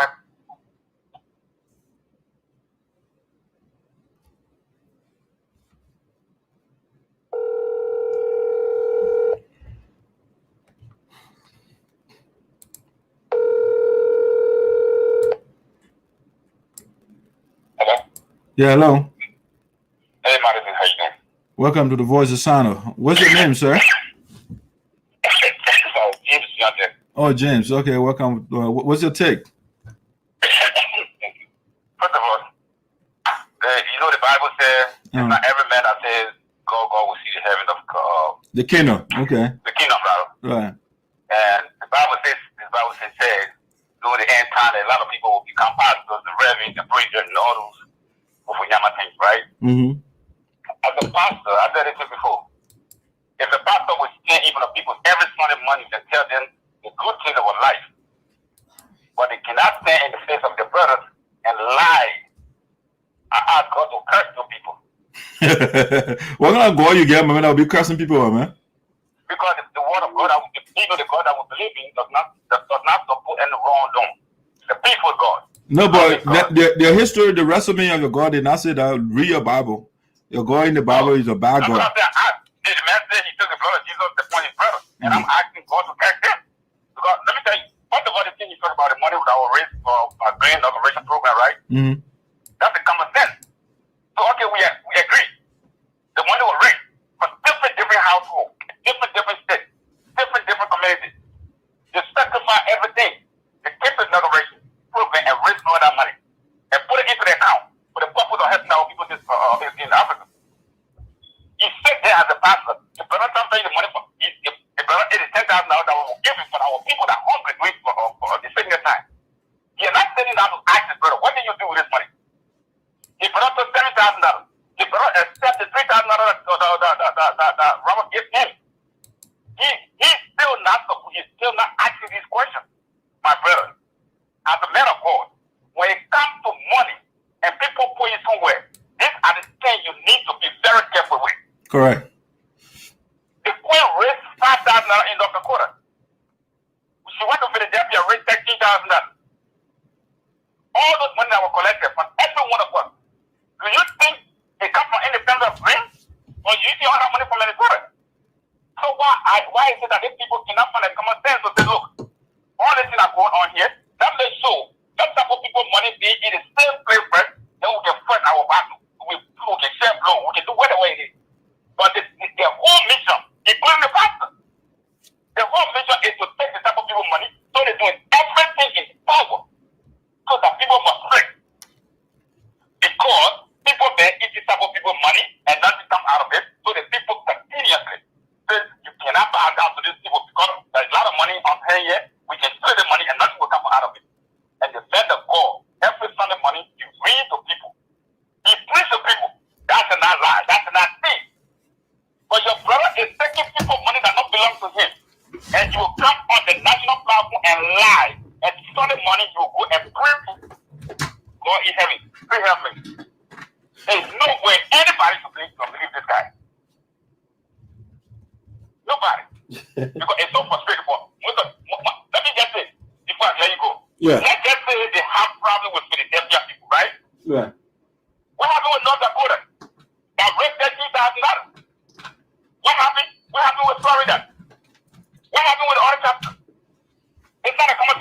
know, we have problem with the pool.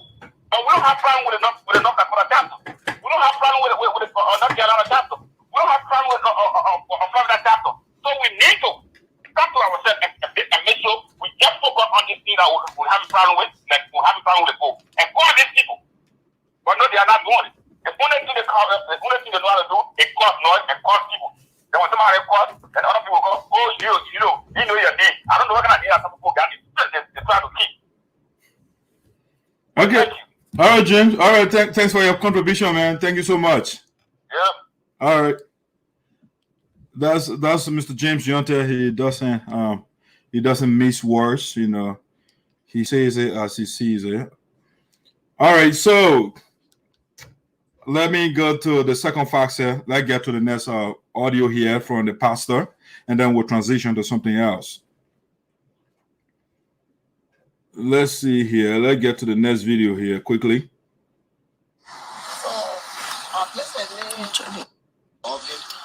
People are crying like this. We were crying here too in America. They were crying here too.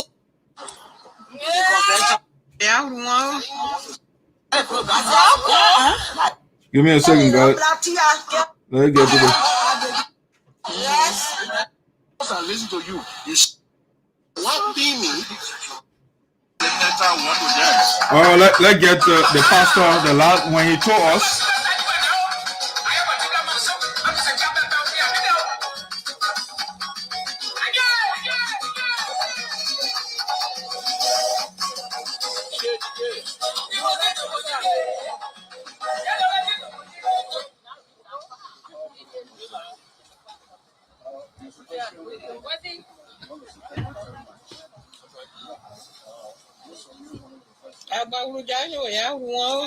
Say thank you very much. You have done a lot of good work. You know, when somebody does something at the time he's alive. Okay, so that's the pastor again, the last, because I want to prove my point here. So after bashing the board of directors and and the pastors on the board, now yesterday during the celebration of the brothers, that's another statement where he confessed that his brother doesn't listen. So let's listen to Reverend Paul here. You give me his power. This organization has been existing for about 30 years, and they are now building hand pump. The end of the villages in Salo County. But you came to power, the GEO administration, and you constructed a jubilee for our people. That is very much laudable. So I want to stand in this public manner to say thank you. Many people may say, you see, when the man say you got to understand, we got inclusive you and you got exclusive you. So in that context, the pastor was speaking exclusively. So when you say you are referring to GEO or maybe GEO's administration. But I want him to speak inclusively, because the building wasn't, again, like I said for the beginning, it wasn't constructed by GEO. GEO is only used as a vehicle because he is in charge, you know, so he cannot give all credit to him. All right. So, but you know, that's the brother car. You got to play like that. Listen. yeah, that is brother. That's why he's doing that. Because I said something one time, somebody came and said, he's speaking because that's his brother. But this man. Yeah, that's true. Yes, that's what you're doing here. It's because that's your brother. If you are not speaking from the angle of a brother, you tell us the truth. That brother, you are wrong. It's very submissive, intolerant. And so the Liberian mentality. I mean, I beg to differ with that statement. When you say Green is very submissive and tolerant, that is not true. Again, he's seeing it from the familial angle. Green, a tolerant and a submissive man, will not write or will not reply to the people with whom he is working, the board of directors, and he tell them 0-degree tolerance. A submissive person does not talk like that. A submissive person does not point out elders in the midst of people and call that, oh, that. Or submissive person will not call people witchcraft, or you play with your dad. If you do the poor, not say anything negative, or submissive person doesn't talk like that. A submissive person will not go to the elders and disrespect them on the teleconference, or your colleagues, as a matter of fact, whether you disagree with them or not. You don't disrespect the people. That's not how submissive people behave. Submissive people cannot tell, or submissive men will not tell people, you know, after 7 p.m., don't call my phone. That's not how submissive people behave. That's not humility. That's not tolerance. If you're a leader, you know, during the U.S. Presidential debate, I think Hillary was one of the people they were talking about, who would pick up the phone, I think 2 a.m. or 3 a.m. or something like that. But Green would tell me, he would tell us on screen, after 7 p.m., don't call my phone. And you say the man is submissive. He's tolerant. All right, so you can be the judge. You're not listening. They see such people like that as stupid people. That's why in Nigeria they call Pelepo stupid people. Pelepo are not stupid. Yeah. Well, they are submissive. They are tolerant. And so they consider them stupid, but they are not. So, Mr. President, I want to say thank you. You know, what beat me to the extent is we, the gospel ministers, are the light in everything, and there are a lot of gospel ministers on the board of the USAA. Remember, Reverend Paul, it looks like you are the darkness now because you are not saying the truth. And these things are going on. Mr. President, brother speaking. These things are going on.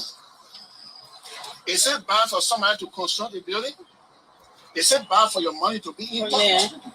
What this man? You see, Reverend is not telling her the truth yet. Is it bad to build a building?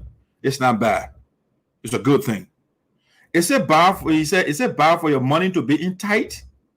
Where is the statement? Where is the financial statement, sir? Why have we not gotten a report from President Gio why he did with the $10,000 for the COVID? What did he do with the money that the $3,000 that he refused to give to college everybody? What? So you call that in tight? That's not bare in tight. That is called non-transparency. That is called corruption. If you cannot account the $7,000 that he took, we don't know what Green did with that. No accountability. And you're talking about our money ain't tight. No. And why you think the board sent a letter to the bank? It's because Green is not doing what he's supposed to do. Be transparent.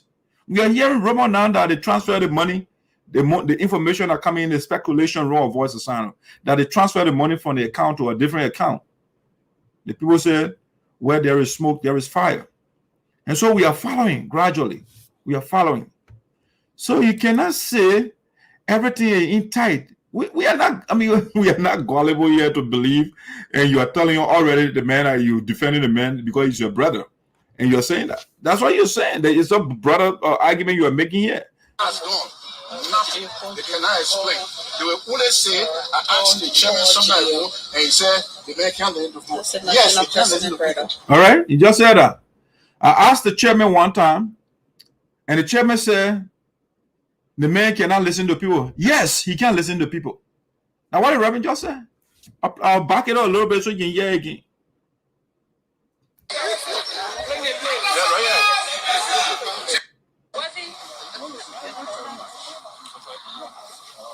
What beat me to the extent is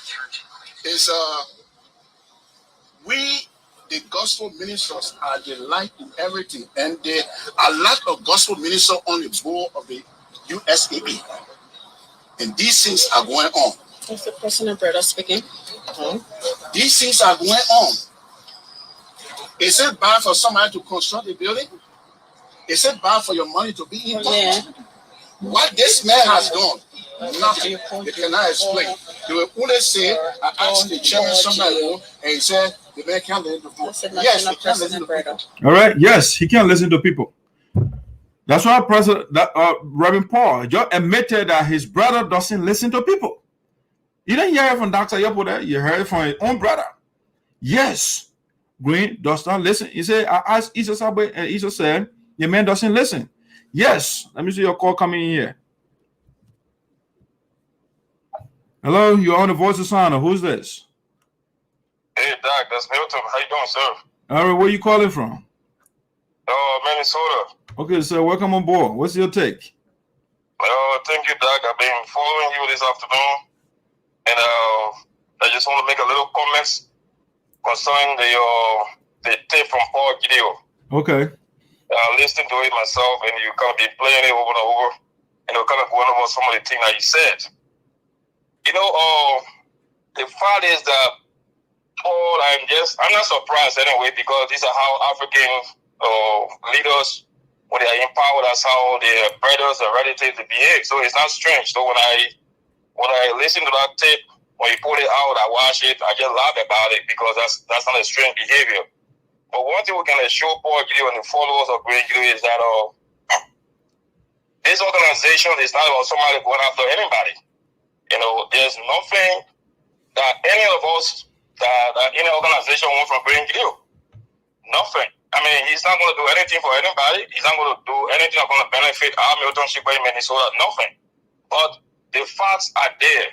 The fact of the matter is that when you take in the position, you are accountable for the people that you be leading, and it's not something that you take take lightly.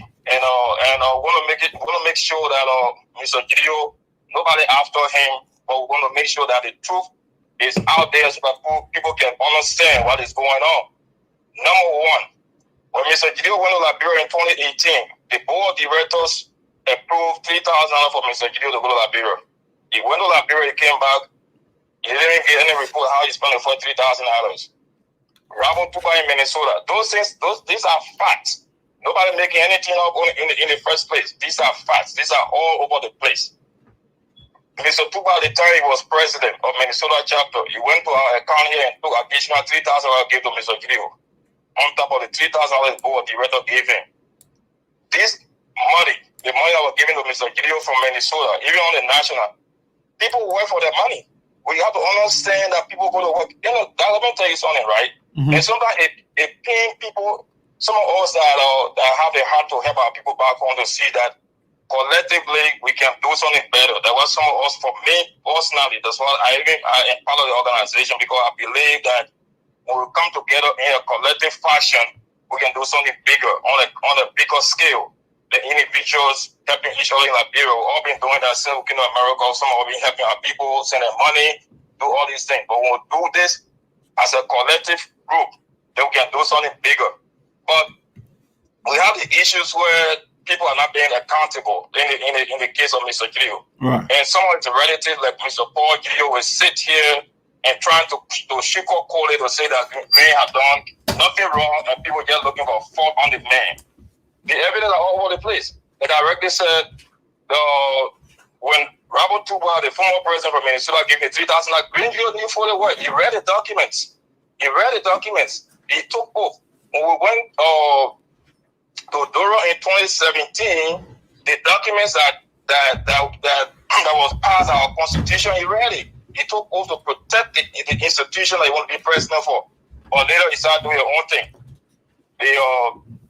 Tuba went to the account, gave him money. He should not have been taking the money because in the first place it wasn't done rightly. Right. It wasn't done rightly. But anyway, he said, I don't even care. I can take the money anyway. And he did. He took that money, went to Liberia, used it, he came back.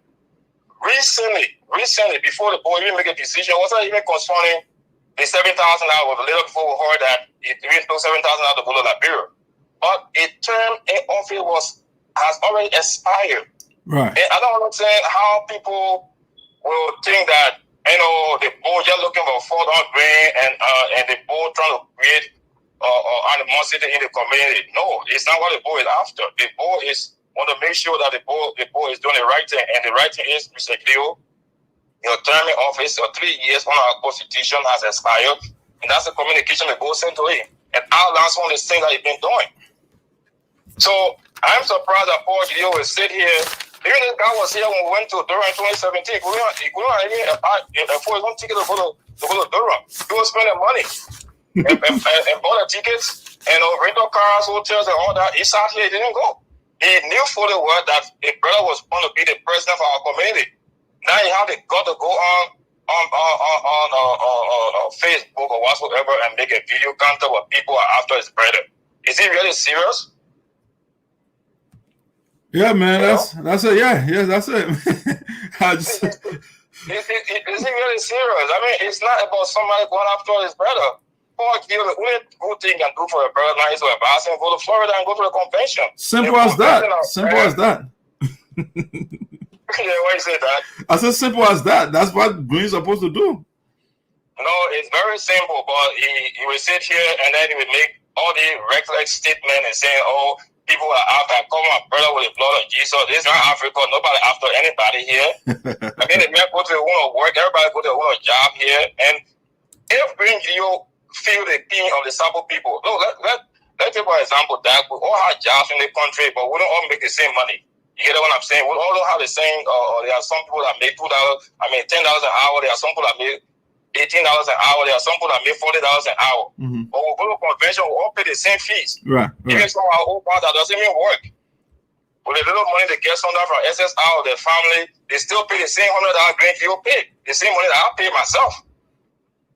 But the guy can go in our account and take $7,000, go to a very house phone and go sit around and say, oh, you know what? Just let it go and let it man become president still and all that. Those things will not solve our problem. You understand? So, Mr. Glio, you can say what you want to say that's your brother, but those things are not facts. They are not facts. They didn't land on anything anyway. All right.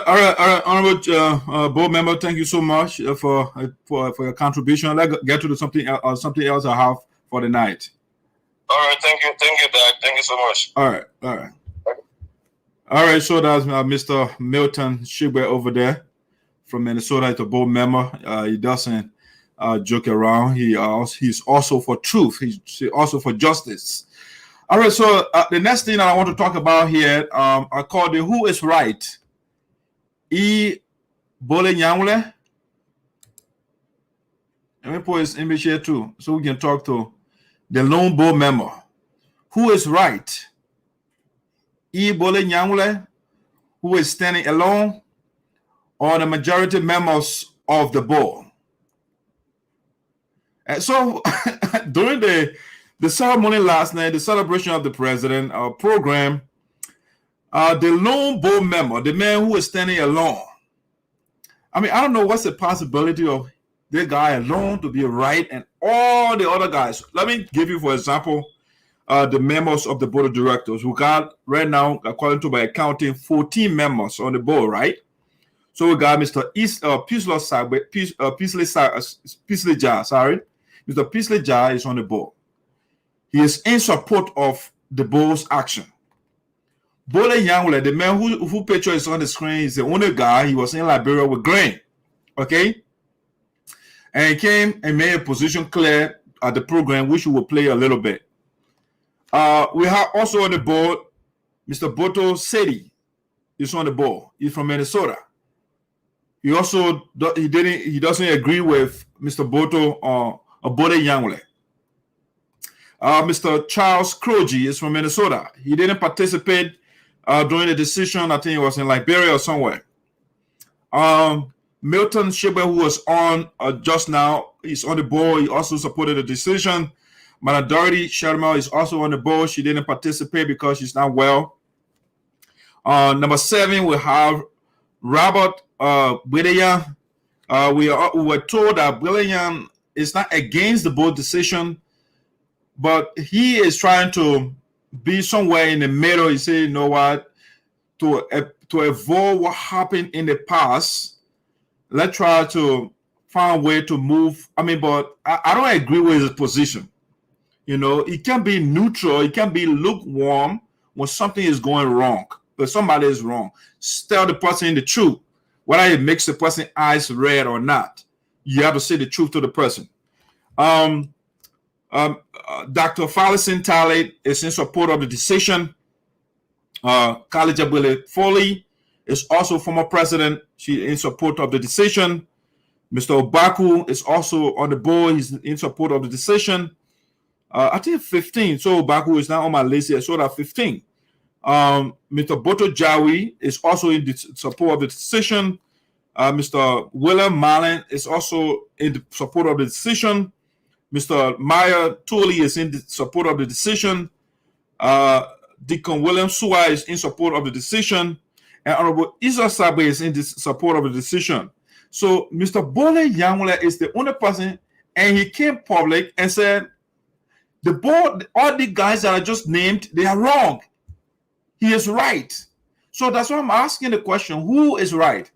Bole Yanwele, who is standing alone, or the majority members of the board of directors? Now let's listen to the honorable man here. What Bole Yanwele said. He's a board member, so I like to play the leaders of the union. I'm not bothering about the other people that can be yelling on the side, you know, and make it plow with that, so yeah, throw shit. Those things don't bother me. So I'm dealing with the leaders of the union. So let's see what Bole Yanwele said yesterday, his position.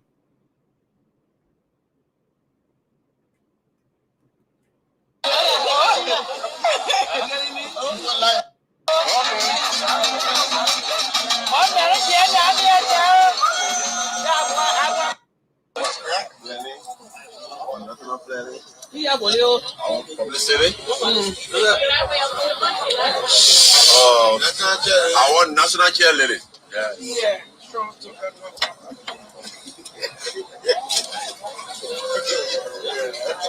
Chair lady from all the various chapters. Thank you. My own Sabo people. Distinguished ladies and gentlemen. Standing here tonight. You call me, do not know me. My name is Bole Yanwele. This young member from Minnesota. Well, Mr. President, I want you to listen. I'm not surprising. Because when people are afraid, they will always have a problem with you.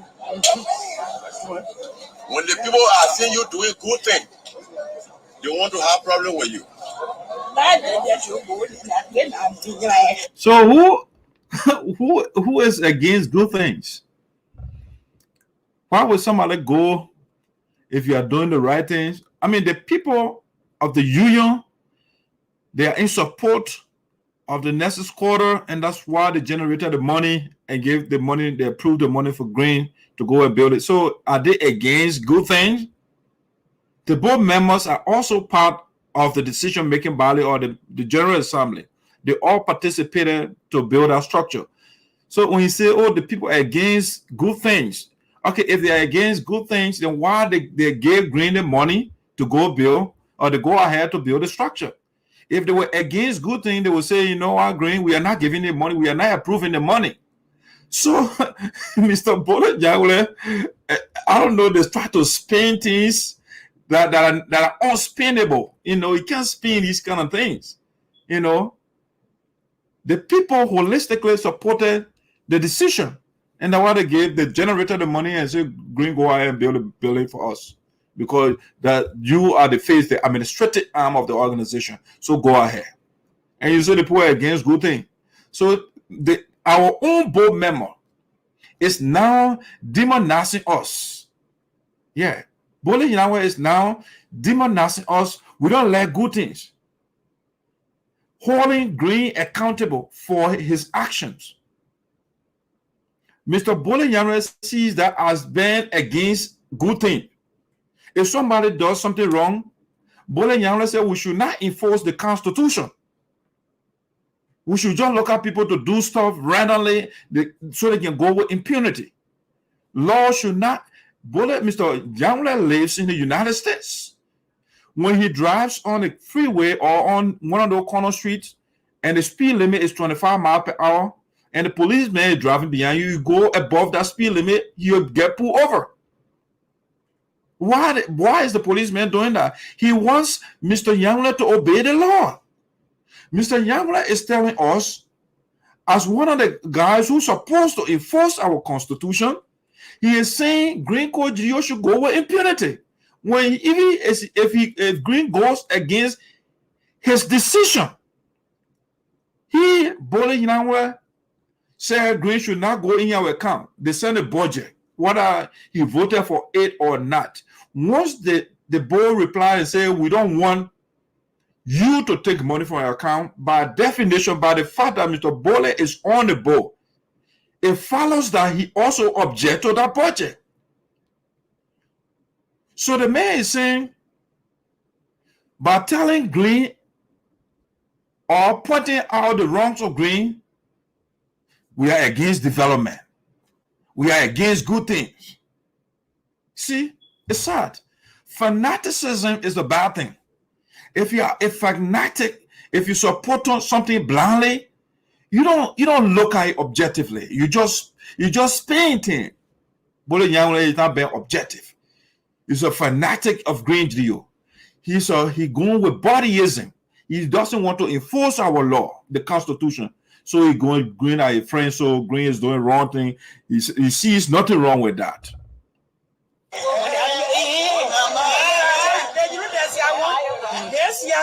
What I'm trying to tell the Sabo people tonight.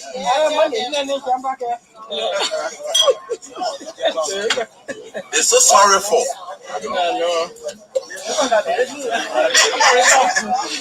want you to listen. So what we're here for is very important. This is really important to the Sabo people. But I just want to make it clear. It's the board that devised the Sabo organization. Today. I'm not in support with the decision that they made.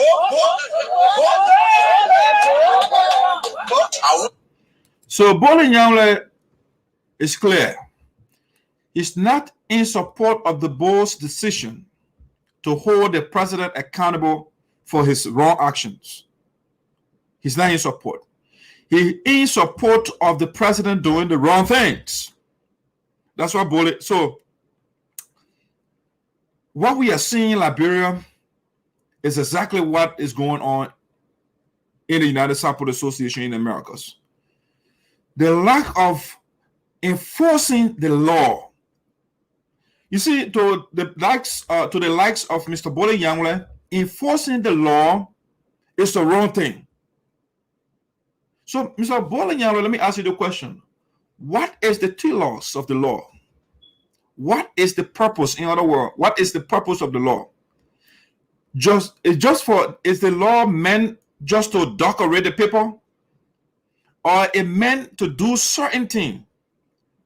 Just so if you don't know, laws are put in place to guard, to correct the misbehavior for us as human beings. We don't want to be controlled. We want to be free. We want to do anything. And so laws are there to put certain behaviors of ours in check, to say, you know what, you can't do anything to this one, because we have to protect people's rights. We have to defend each other as a society, because as an individual, you have no rules if you want to. But if you are in a collective, you are in a body, if you are in a group, the group has some sort of laws. If you have no laws, or if you have laws and you are not enforcing the laws, guess what? You get chaos. Okay? That is called lawlessness. And in a lawless environment, you don't have nothing productive going on. People will be fighting. All right? So Mr. GBOLEY NYANWLEH is saying enforcing the Constitution of the United Support Association is wrong. If the president term is over and the board remind him, that is wrong. The man should go beyond the scope of the Constitution. If you want the president to go beyond the scope of the Constitution, then get rid of the Constitution. Then the man can serve as a king. Okay? That's what he's supposed to do. If the man goes in our account and takes money from there, and you say the board should not speak on it, it's wrong, then you are not in the interests of the union. You are not the right person to be on the board to represent us. because our interest is at stake. Green cannot be crying foul and say the boy is doing a job by setting up electoral commission. And by the same token, he is going in the account to take money without the board of directors' approval. And you see nothing wrong with that. Mr. Bode Yanwleh, who is right here? Who is right? Is it Bode Yanwleh who is standing alone and supporting the president's wrong action? Or the majority members on the board who are saying we have to apply what we call checks and balances, which we put in our constitution. Each body in the constitution or in the organization has a role to play. And the board is playing her part. And Bole is saying, I'm on the board, but I don't agree with you playing your part or following or implementing your functions. I'm not with you. Okay, Bole, then you have to resign, become executive member to be a president of Green GDO. We will support Green when he's doing the right thing. We will not support Green when he's doing the wrong thing. If Frances Clark-Meyer comes and becomes the president of the union, and she is doing the wrong thing, Dak Sayopo would be right on the platform to say, Frances, you are wrong. You can't go this route. So it is not about Green. This is about accountability, transparency, and obeying the laws of the organization. If you don't obey the law, let the law come after you. We are not under the rule of man. We are under the rule of law. To the board meeting, in our board meeting, and I make it clear that you guys are wrong. So I just want to tell anybody, those that are here tonight. You see, when you say somebody is wrong, make an argument. What was the argument for which you say the board of directors were wrong to go after Green? Give us your argument. What was the argument? What were the points proffered? Because if you say somebody is wrong, that is your conclusion. Give all the premise or the premises of your argument. Because the premise or premises, those are, in a sense, those are who are students of philosophy. Your premises are the evidence that lead to your conclusion. So when you say somebody is wrong, what are the points? What are the reasons? What are the evidences that you are proffering to reach that conclusion? Bole Yanwleh did not give us that. He just said the board of directors are wrong. The reason they did it because when it comes to the election, Green went away. Yeah. That's true. Okay, so how even logically it doesn't follow. The reason they did this because when it comes to election, okay, how is it that you're talking about board decision and you go to election? Is that election matter here? No. We are talking about the infractions of Green. But the message when it comes to this thing, the reason is it's about election. Okay, if Green will win the election, we are not against Green winning election. We want Green to do it the right way. Green now, Mr. Yanwleh, you are a board member. I don't know whether you know the Constitution. Your Constitution says that the location, the venue of the General Assembly where they're supposed to meet, it should be decided by the people, the General Assembly that gathered, not Green Code GDO. Green just changed the location of the convention. You see nothing wrong with that. And you say Green will win election. Why Green can go to Florida to prove to us that he can win election?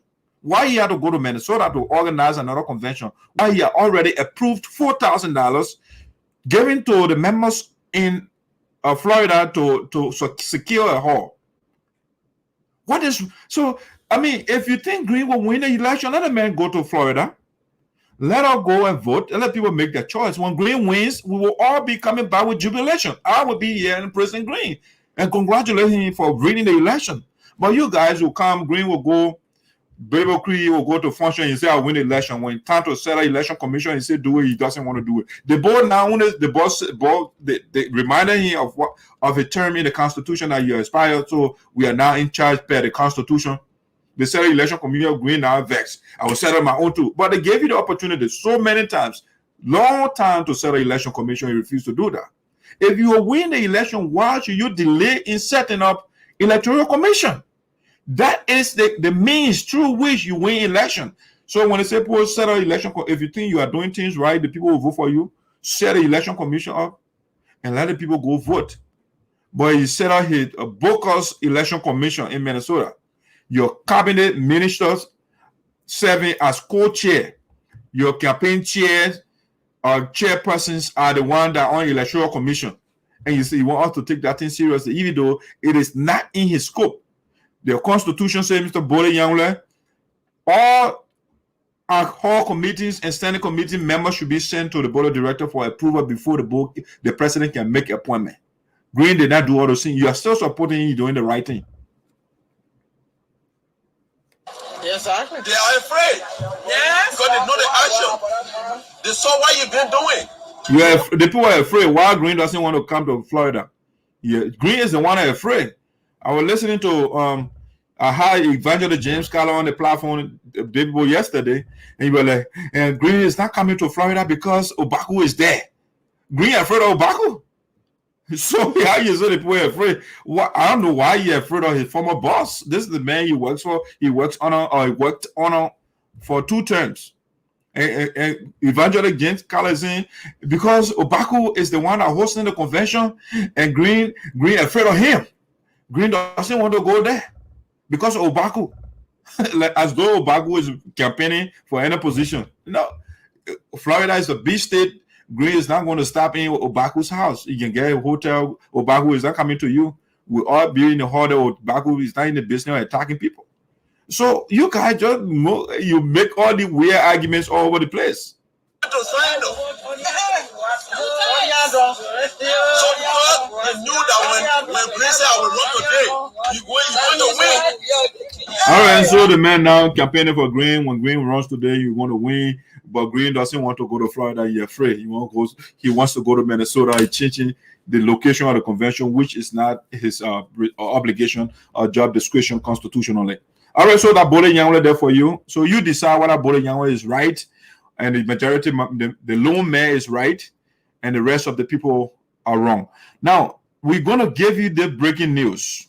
All right, this is very, very important.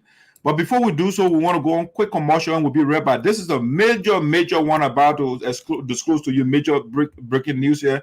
For the first time, the president of the United Support Association disclosed his philosophy to us. Green Coach Dio, the former president, unveiled his philosophy, a leadership philosophy to us for the first time. So after this quick commercial, we'll be right back to give you the leadership philosophy of Green Coach Dio. So because of the philosophy of Green Coach Dio, we'll play music again. Hello to all my fans around the world. My name is NYANWLEH, the queen of traditional music. The only thing I want you to do to subscribe to my YouTube channel. I'm on Facebook, I'm on Instagram, I'm on WhatsApp, I'm on Amo. Just subscribe to my channel. Promote me, my fans. Subscribe to my channel. Subscribe, guys. Thank you.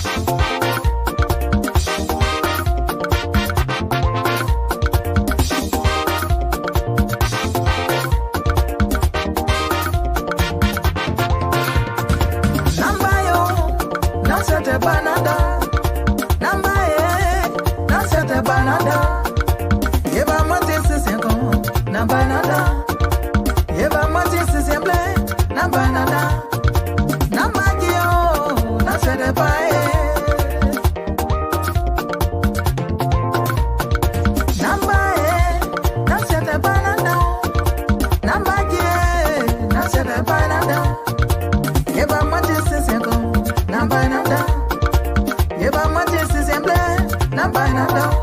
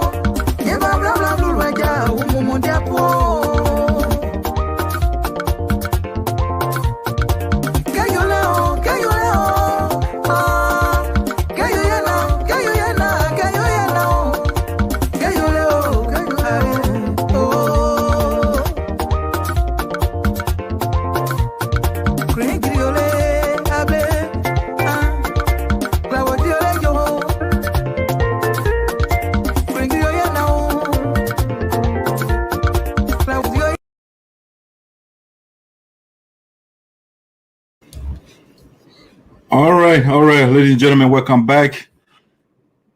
The president of the United Support Association, again, I'm using that word president because the title belongs to the brother. Whether he is in office or not, Green Coach View is still the president of the United Support Association. The title remains with him. So, ladies and gentlemen, at this hour, at this time, we want to, for the first time in the history of the United Support Association since the assumption of leadership and up to the departure of the president, Gio finally disclosed his philosophy, his leadership philosophy to us in a statement that was published. And so before we bring out the statement, we want to call this a breaking news.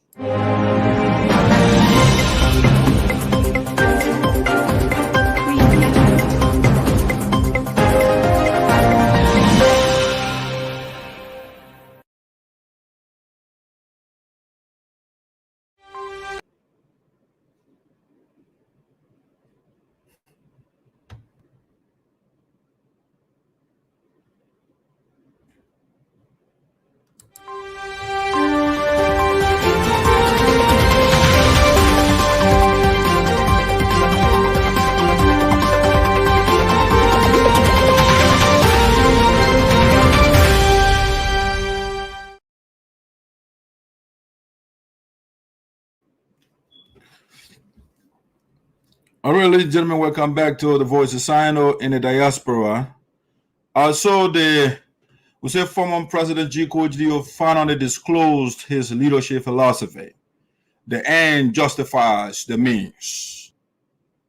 Former President G. Coach Dio finally disclosed his leadership philosophy. And the leadership philosophy is the end justifies the means. Now, the end justifies the means. I am a student of philosophy. And so when I saw this statement from the president as his leadership philosophy, I thought, I have to break it down to the people. I have the obligation to do so. The end justifies the means. What does that mean? When somebody say the end justifies the means. Well, before Dax Ayopode breaks that down to you, first of all, we want to know what is philosophy. What do we mean when we say philosophy? So let's do a little bit of if you like, philosophy 101, okay? If you don't mind. And so what is philosophy? All right. And philosophy, by definition, it's a difficult question. When somebody asks that question, so what is philosophy? It's a difficult question. All right. So before I go into that, let me do something here quickly. I want to see. Let me see something here. Before I even go to that definition, let look at something here. What I call the etymological definition of philosophy, the etymology. So when we're talking about etymology or something, it's a fancy word for the history, where that thing came from, the etymology. So let's look at the etymological definition of philosophy. So philosophy, it comes from two Greek words, namely philo, which means love, and sophia, meaning wisdom. So literally, philosophy means the love of wisdom. the love of wisdom. That's what philosophy means. But that definition, that etymological definition, it doesn't help enough to define what philosophy is. The love of wisdom. Now, let's go to what I call now, what is philosophy? What is philosophy? Now, this is a very difficult question. I mean, at first glance, you would think, oh, this is the easy question. It's a very tough question to answer. What is philosophy? Because we can go into, I mean, if you bring a professional philosopher to define what philosophy, I mean, you can bring 10 of them here, they will have different definitions. Okay, so, but at the rudimentary level, philosophy is the study of ethics, epistemology, metaphysics, logic, aesthetics, and axiology. I mean, a lot of big words, you know, but I will break them down for you. So at a very basic level, we say philosophy is the study of ethics. Okay, first of all, what is ethics? Ethics is basically the study of right and wrong actions. That's the analysis. So right and wrong action, that's the area of ethics. Then what is epistemology? Epistemology basically is a big word that means the study of knowledge. How do we gain the knowledge? How do we get the information that we have? So it's the study of knowledge. I'm not going to go into all it, I mean, to discuss that right now, but we have different way of, according to your metaphysics, you have a different way of acquiring knowledge. So what is metaphysics? Metaphysics is basically the study of reality. What is real? What is the nature of reality? Is reality monolithic, or is dualistic, or is idealistic? I mean, so we can go, so what is the nature of reality? Is it other people will say reality is nothing but matter. Other people will say reality is twofold, it's dualistic. So if you're a Christian, for example, you get heaven and earth, right? So that's a dualistic metaphysics. Okay, we're not going to all of that. And logic, what is logic? Logic is basically the study of argument, the analysis of arguments. So it tells you, so I like the definition of the philosopher, that's I just forgot his name, but John Locke, sorry, it's John Locke. John Locke say philosophy or logic is the study of the anatomy of argument, the anatomy. So logic, you know, when you're doing A&P, those of you that study A&P or anatomy or physiology, you look at the function of the body parts and stuff like that, how they operate. And then aesthetics is basically the study of what is ugly and what is beautiful. The axiology, we talk about the study of value and the worth of things, you know, what gives something the worth, the value of something. And that's axiology. Okay, that's your basic philosophical jargons for there for you. I just want to give you a little background. All right, now let's go now to the next thing that I want to talk about here, which has to do with the philosophy of Green Code GELEO. So having given you all the big BB words, sorry for that, it brings us to the former president position, or the statement I'll read the statement to you as well. The president, I said, former president Green Code GELEO finally disclosed his leadership philosophy.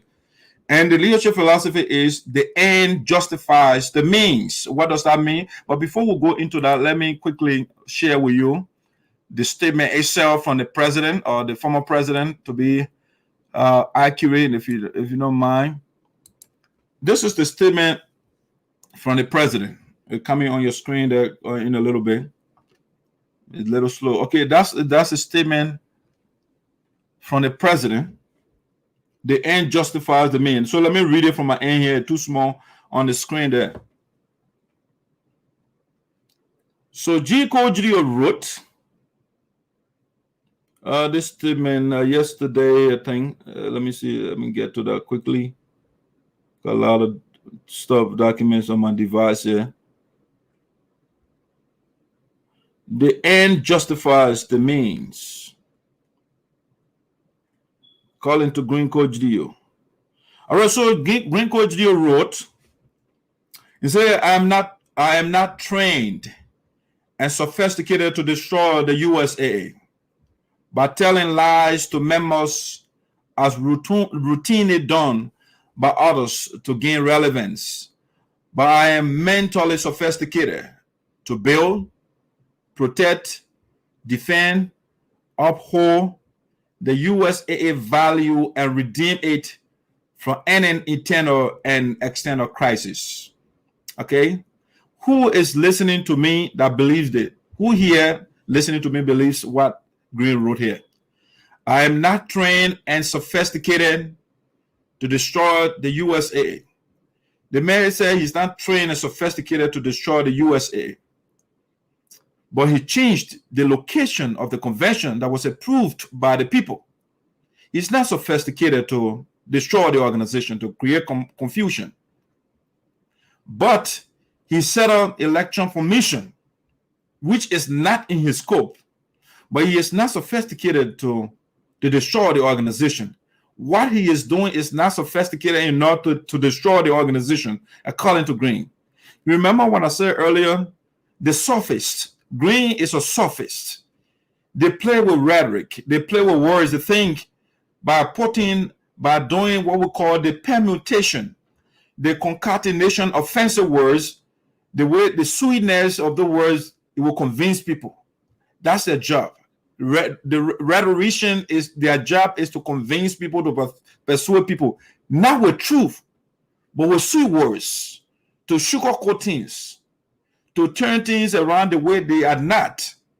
Given what is going on in the union right now, who orchestrated that? It's in the Green Coach deal. It was Green that orchestrated the confusion in the union. But he said, I am not trained and sophisticated to destroy the USA by telling lies. Okay? By telling lies. I'm not coming here right now. I'm not in the position to delineate, to outline the many lies that Green has told. I'm not here to do that right now. For example, I can only give you one. He came to Pennsylvania here, and he said Obaku turned over $40,000 to him, which was not true. Okay, so that's just one example. And you want to say, let me read that statement in totality. I'm not trained and sophisticated to destroy the USAA by telling lies to members as routinely done by others to gain relevance. But I am mentally sophisticated to build, protect, defend, uphold the USAA value and redeem it from any internal and external crisis. All right. I don't know what effort Green is making right now to resolve the crisis or the proposals that the elders have proffered to resolve the crisis. Green rejected everything, but he's not sophisticated to ruin the organization. Okay, and then that's the sentence on that he said, the struggle. Green said the struggle is on, but the end will justify the means. Okay, this is the philosophical credo statement of Green Coach Leo. The struggle is on, but the end will justify the means. Okay? Thank you, your humble leader. The humble man talking. Okay? And he put here, national leader, Jinko Gio, one done, 3 more to go. Okay? He about to build 3 next quarter. 1 in Kabade, 1 in Sincon, and another 1 in Wedja. Okay, so let's analyze now what Green gave us. The struggle is on, but the end will justify the means. Let's deal with that statement for a second. That's the philosophical position of our former president. The end will justify the means. In other words, the end justifies the means. First of all, there are 2 things in that statement that we should point out. The first thing is the end, and the second thing is the means. Okay? So the means when we say the means, is the methodology, the way, the route you take to derive at your end. The end is your goal, what you want to achieve. So the means, Green is saying the end result of his action justifies the means. The way the result of what he gets, no matter how or ethical the means is, the end justifies the means. In other words, so let me put another element in there. So you got the end, you got the means, and you have the agent that performing the action or that taking the means to the destination. So in this situation, Green is the agent. So the agent is the one that performs the action, that applies, that uses a method to achieve a goal. So Green said the ends justifies the means. What that means, in other words, is if Green should go in our account without board approval to take money from there and build a next quarter, the end justifies the means. If he does things unconstitutionally to achieve his goal, that is fine. You can use an unethical means to obtain your results. The end justifies the means. So this is a philosophy, a part of what we call utilitarianism. And the utilitarian ethics, also a branch of it is called consequentialism. The consequentialist philosophy says the consequences of your action justifies your means, the route you take. So, for example, back in the day, the Roman, they used to put the Christian in the lion's den. They put them in the lion's den. They will be on the stallion, right? And then they will throw the Christian, because the utilitarian philosophy says, to summarize it, it says the greater good for the greater number. Okay, the greater good, anything that will make the majority, the greater number of people happy, is the right thing to do. So if you have a group of Romans in the Colosseum, and then you throw the Christian in the lion's den, and the lions are ripping off the Christian, and that makes the Roman happy, it's good. The end justifies the means. The people are happy. That's a good thing to do, according to utilitarian ethics, the consequentialists, because majority of the people are happy, so that is fine. So Green is also using that same philosophy. That's a leadership philosophy. Whether Green causes confusion in the union to build Nessus quarter, once the union is divided, but yet he builds Nessus quarter, that is fine. The end justifies the means. That's a leadership philosophy of Green Cordidio. Okay? Consequentialist. All right? So you the main, you see, if you read what people put out, because what I'm reading right now is not from me, it's from Green himself. So your belief is very important. Your belief determines the way you act, the way you treat people. So this leadership philosophy of Green is an ethical position. And again, what is ethics? Ethics is the study of our actions, the rawness and the correctness of our actions. So the study, the action. So Green is saying now he's a utilitarian. He's a consequentialist. The means justifies the end justifies the means. If Green Cordial, if it requires that Green puts the Constitution aside to achieve his goal, that is the right thing to do. The end justifies the means. If Green Cordial has to abandon all the other chapters in the union to stay with only Minnesota to achieve a goal, the end justifies the means. A green code Geo, if it causes him to disrespect the elders to do what he wants to do, the end justifies the means. It doesn't matter. The means, once the means that you use, whether you harm other people, whether you cause confusion, once you get the result you want, according to the philosophy of Green Code Geo, it's right. That's the right thing to do. And you know, the deontologists, they disagree with the utilitarian ethics that Green subscribe to. The deontology, the deontological ethics, it says that we should look at the action, the rightness. We have the duty to do the right thing. So you can't take an unethical means to arrive and at an end that is noble. Once the route you take is wrong, your result is also wrong. Something is wrong. So the rights of the people matters.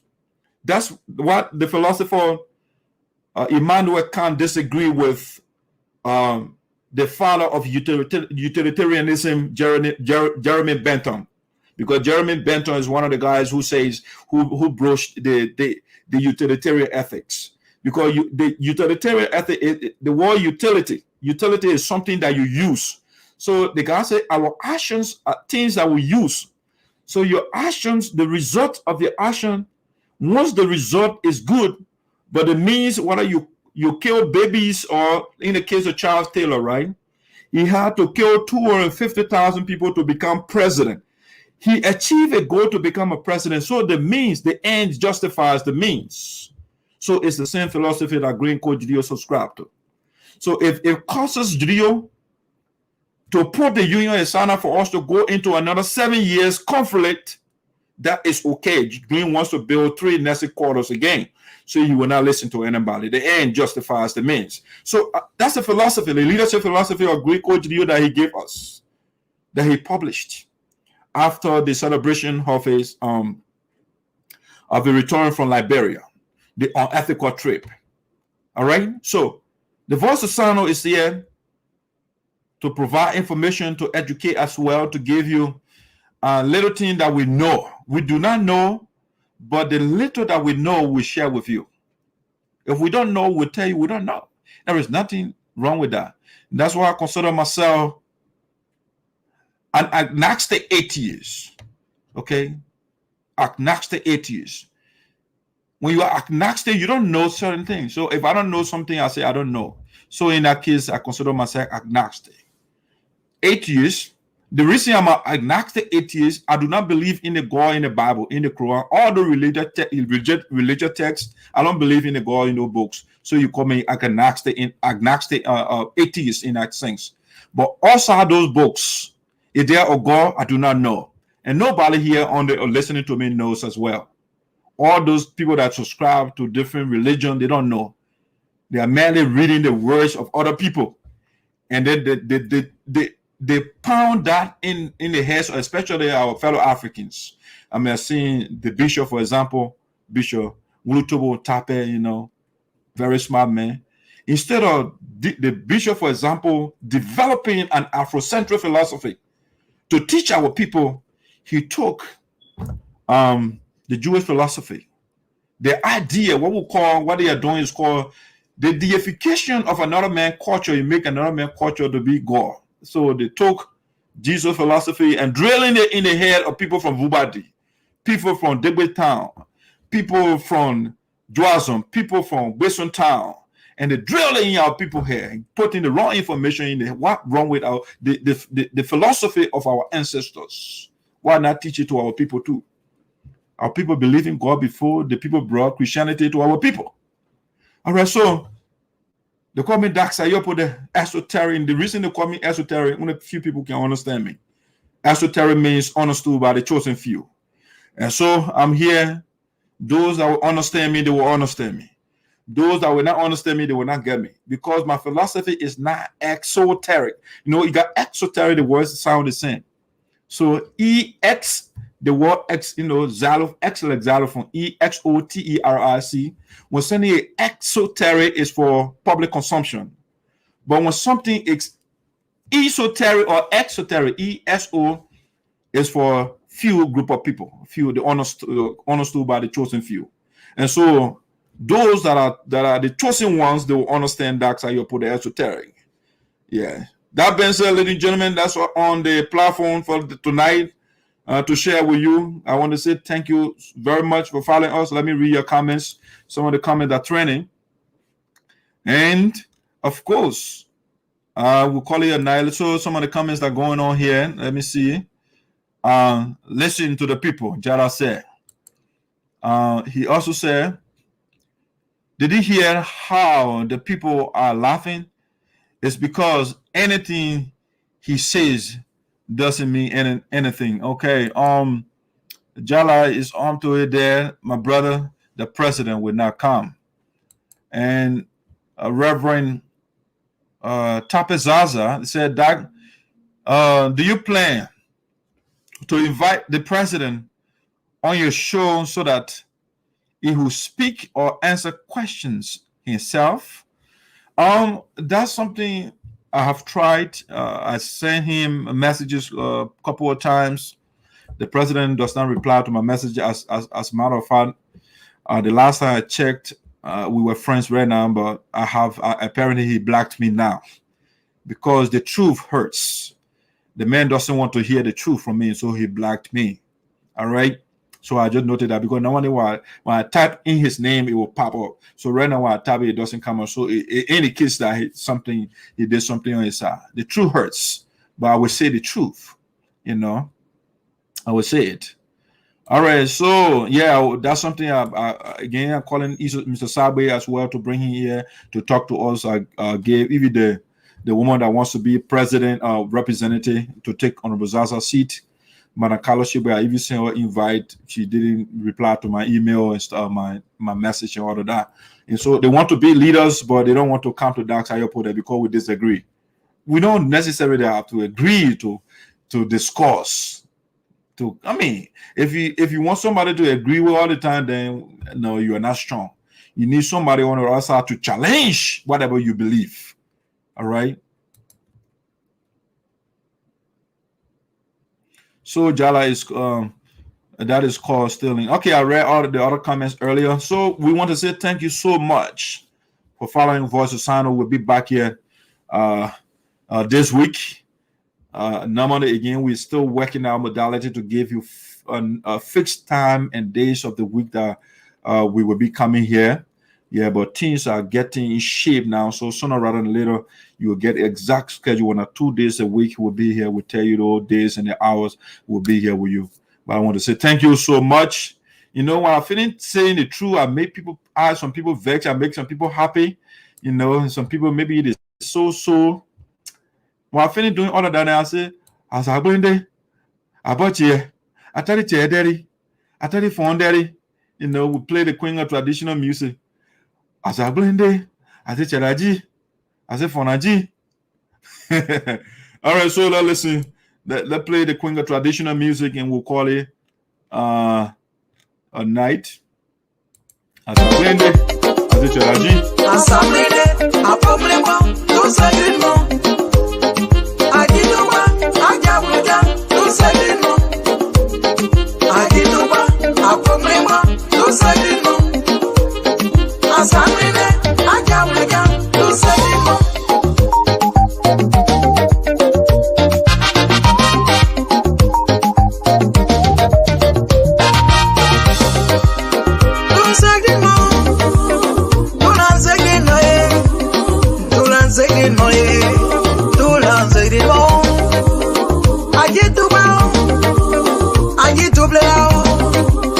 I'm on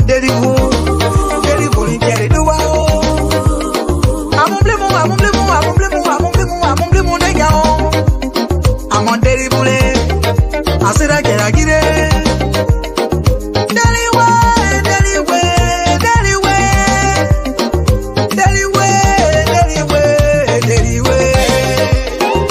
Watch out, we want peace and unity. Watch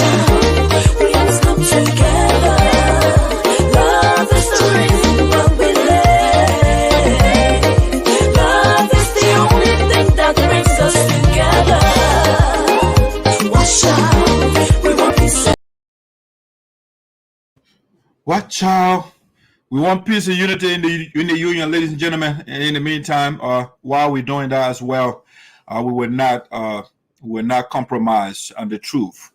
We will not sacrifice justice just because we want peace. We'll say the truth, and we'll still work together as a team to push our agenda. Have a beautiful night.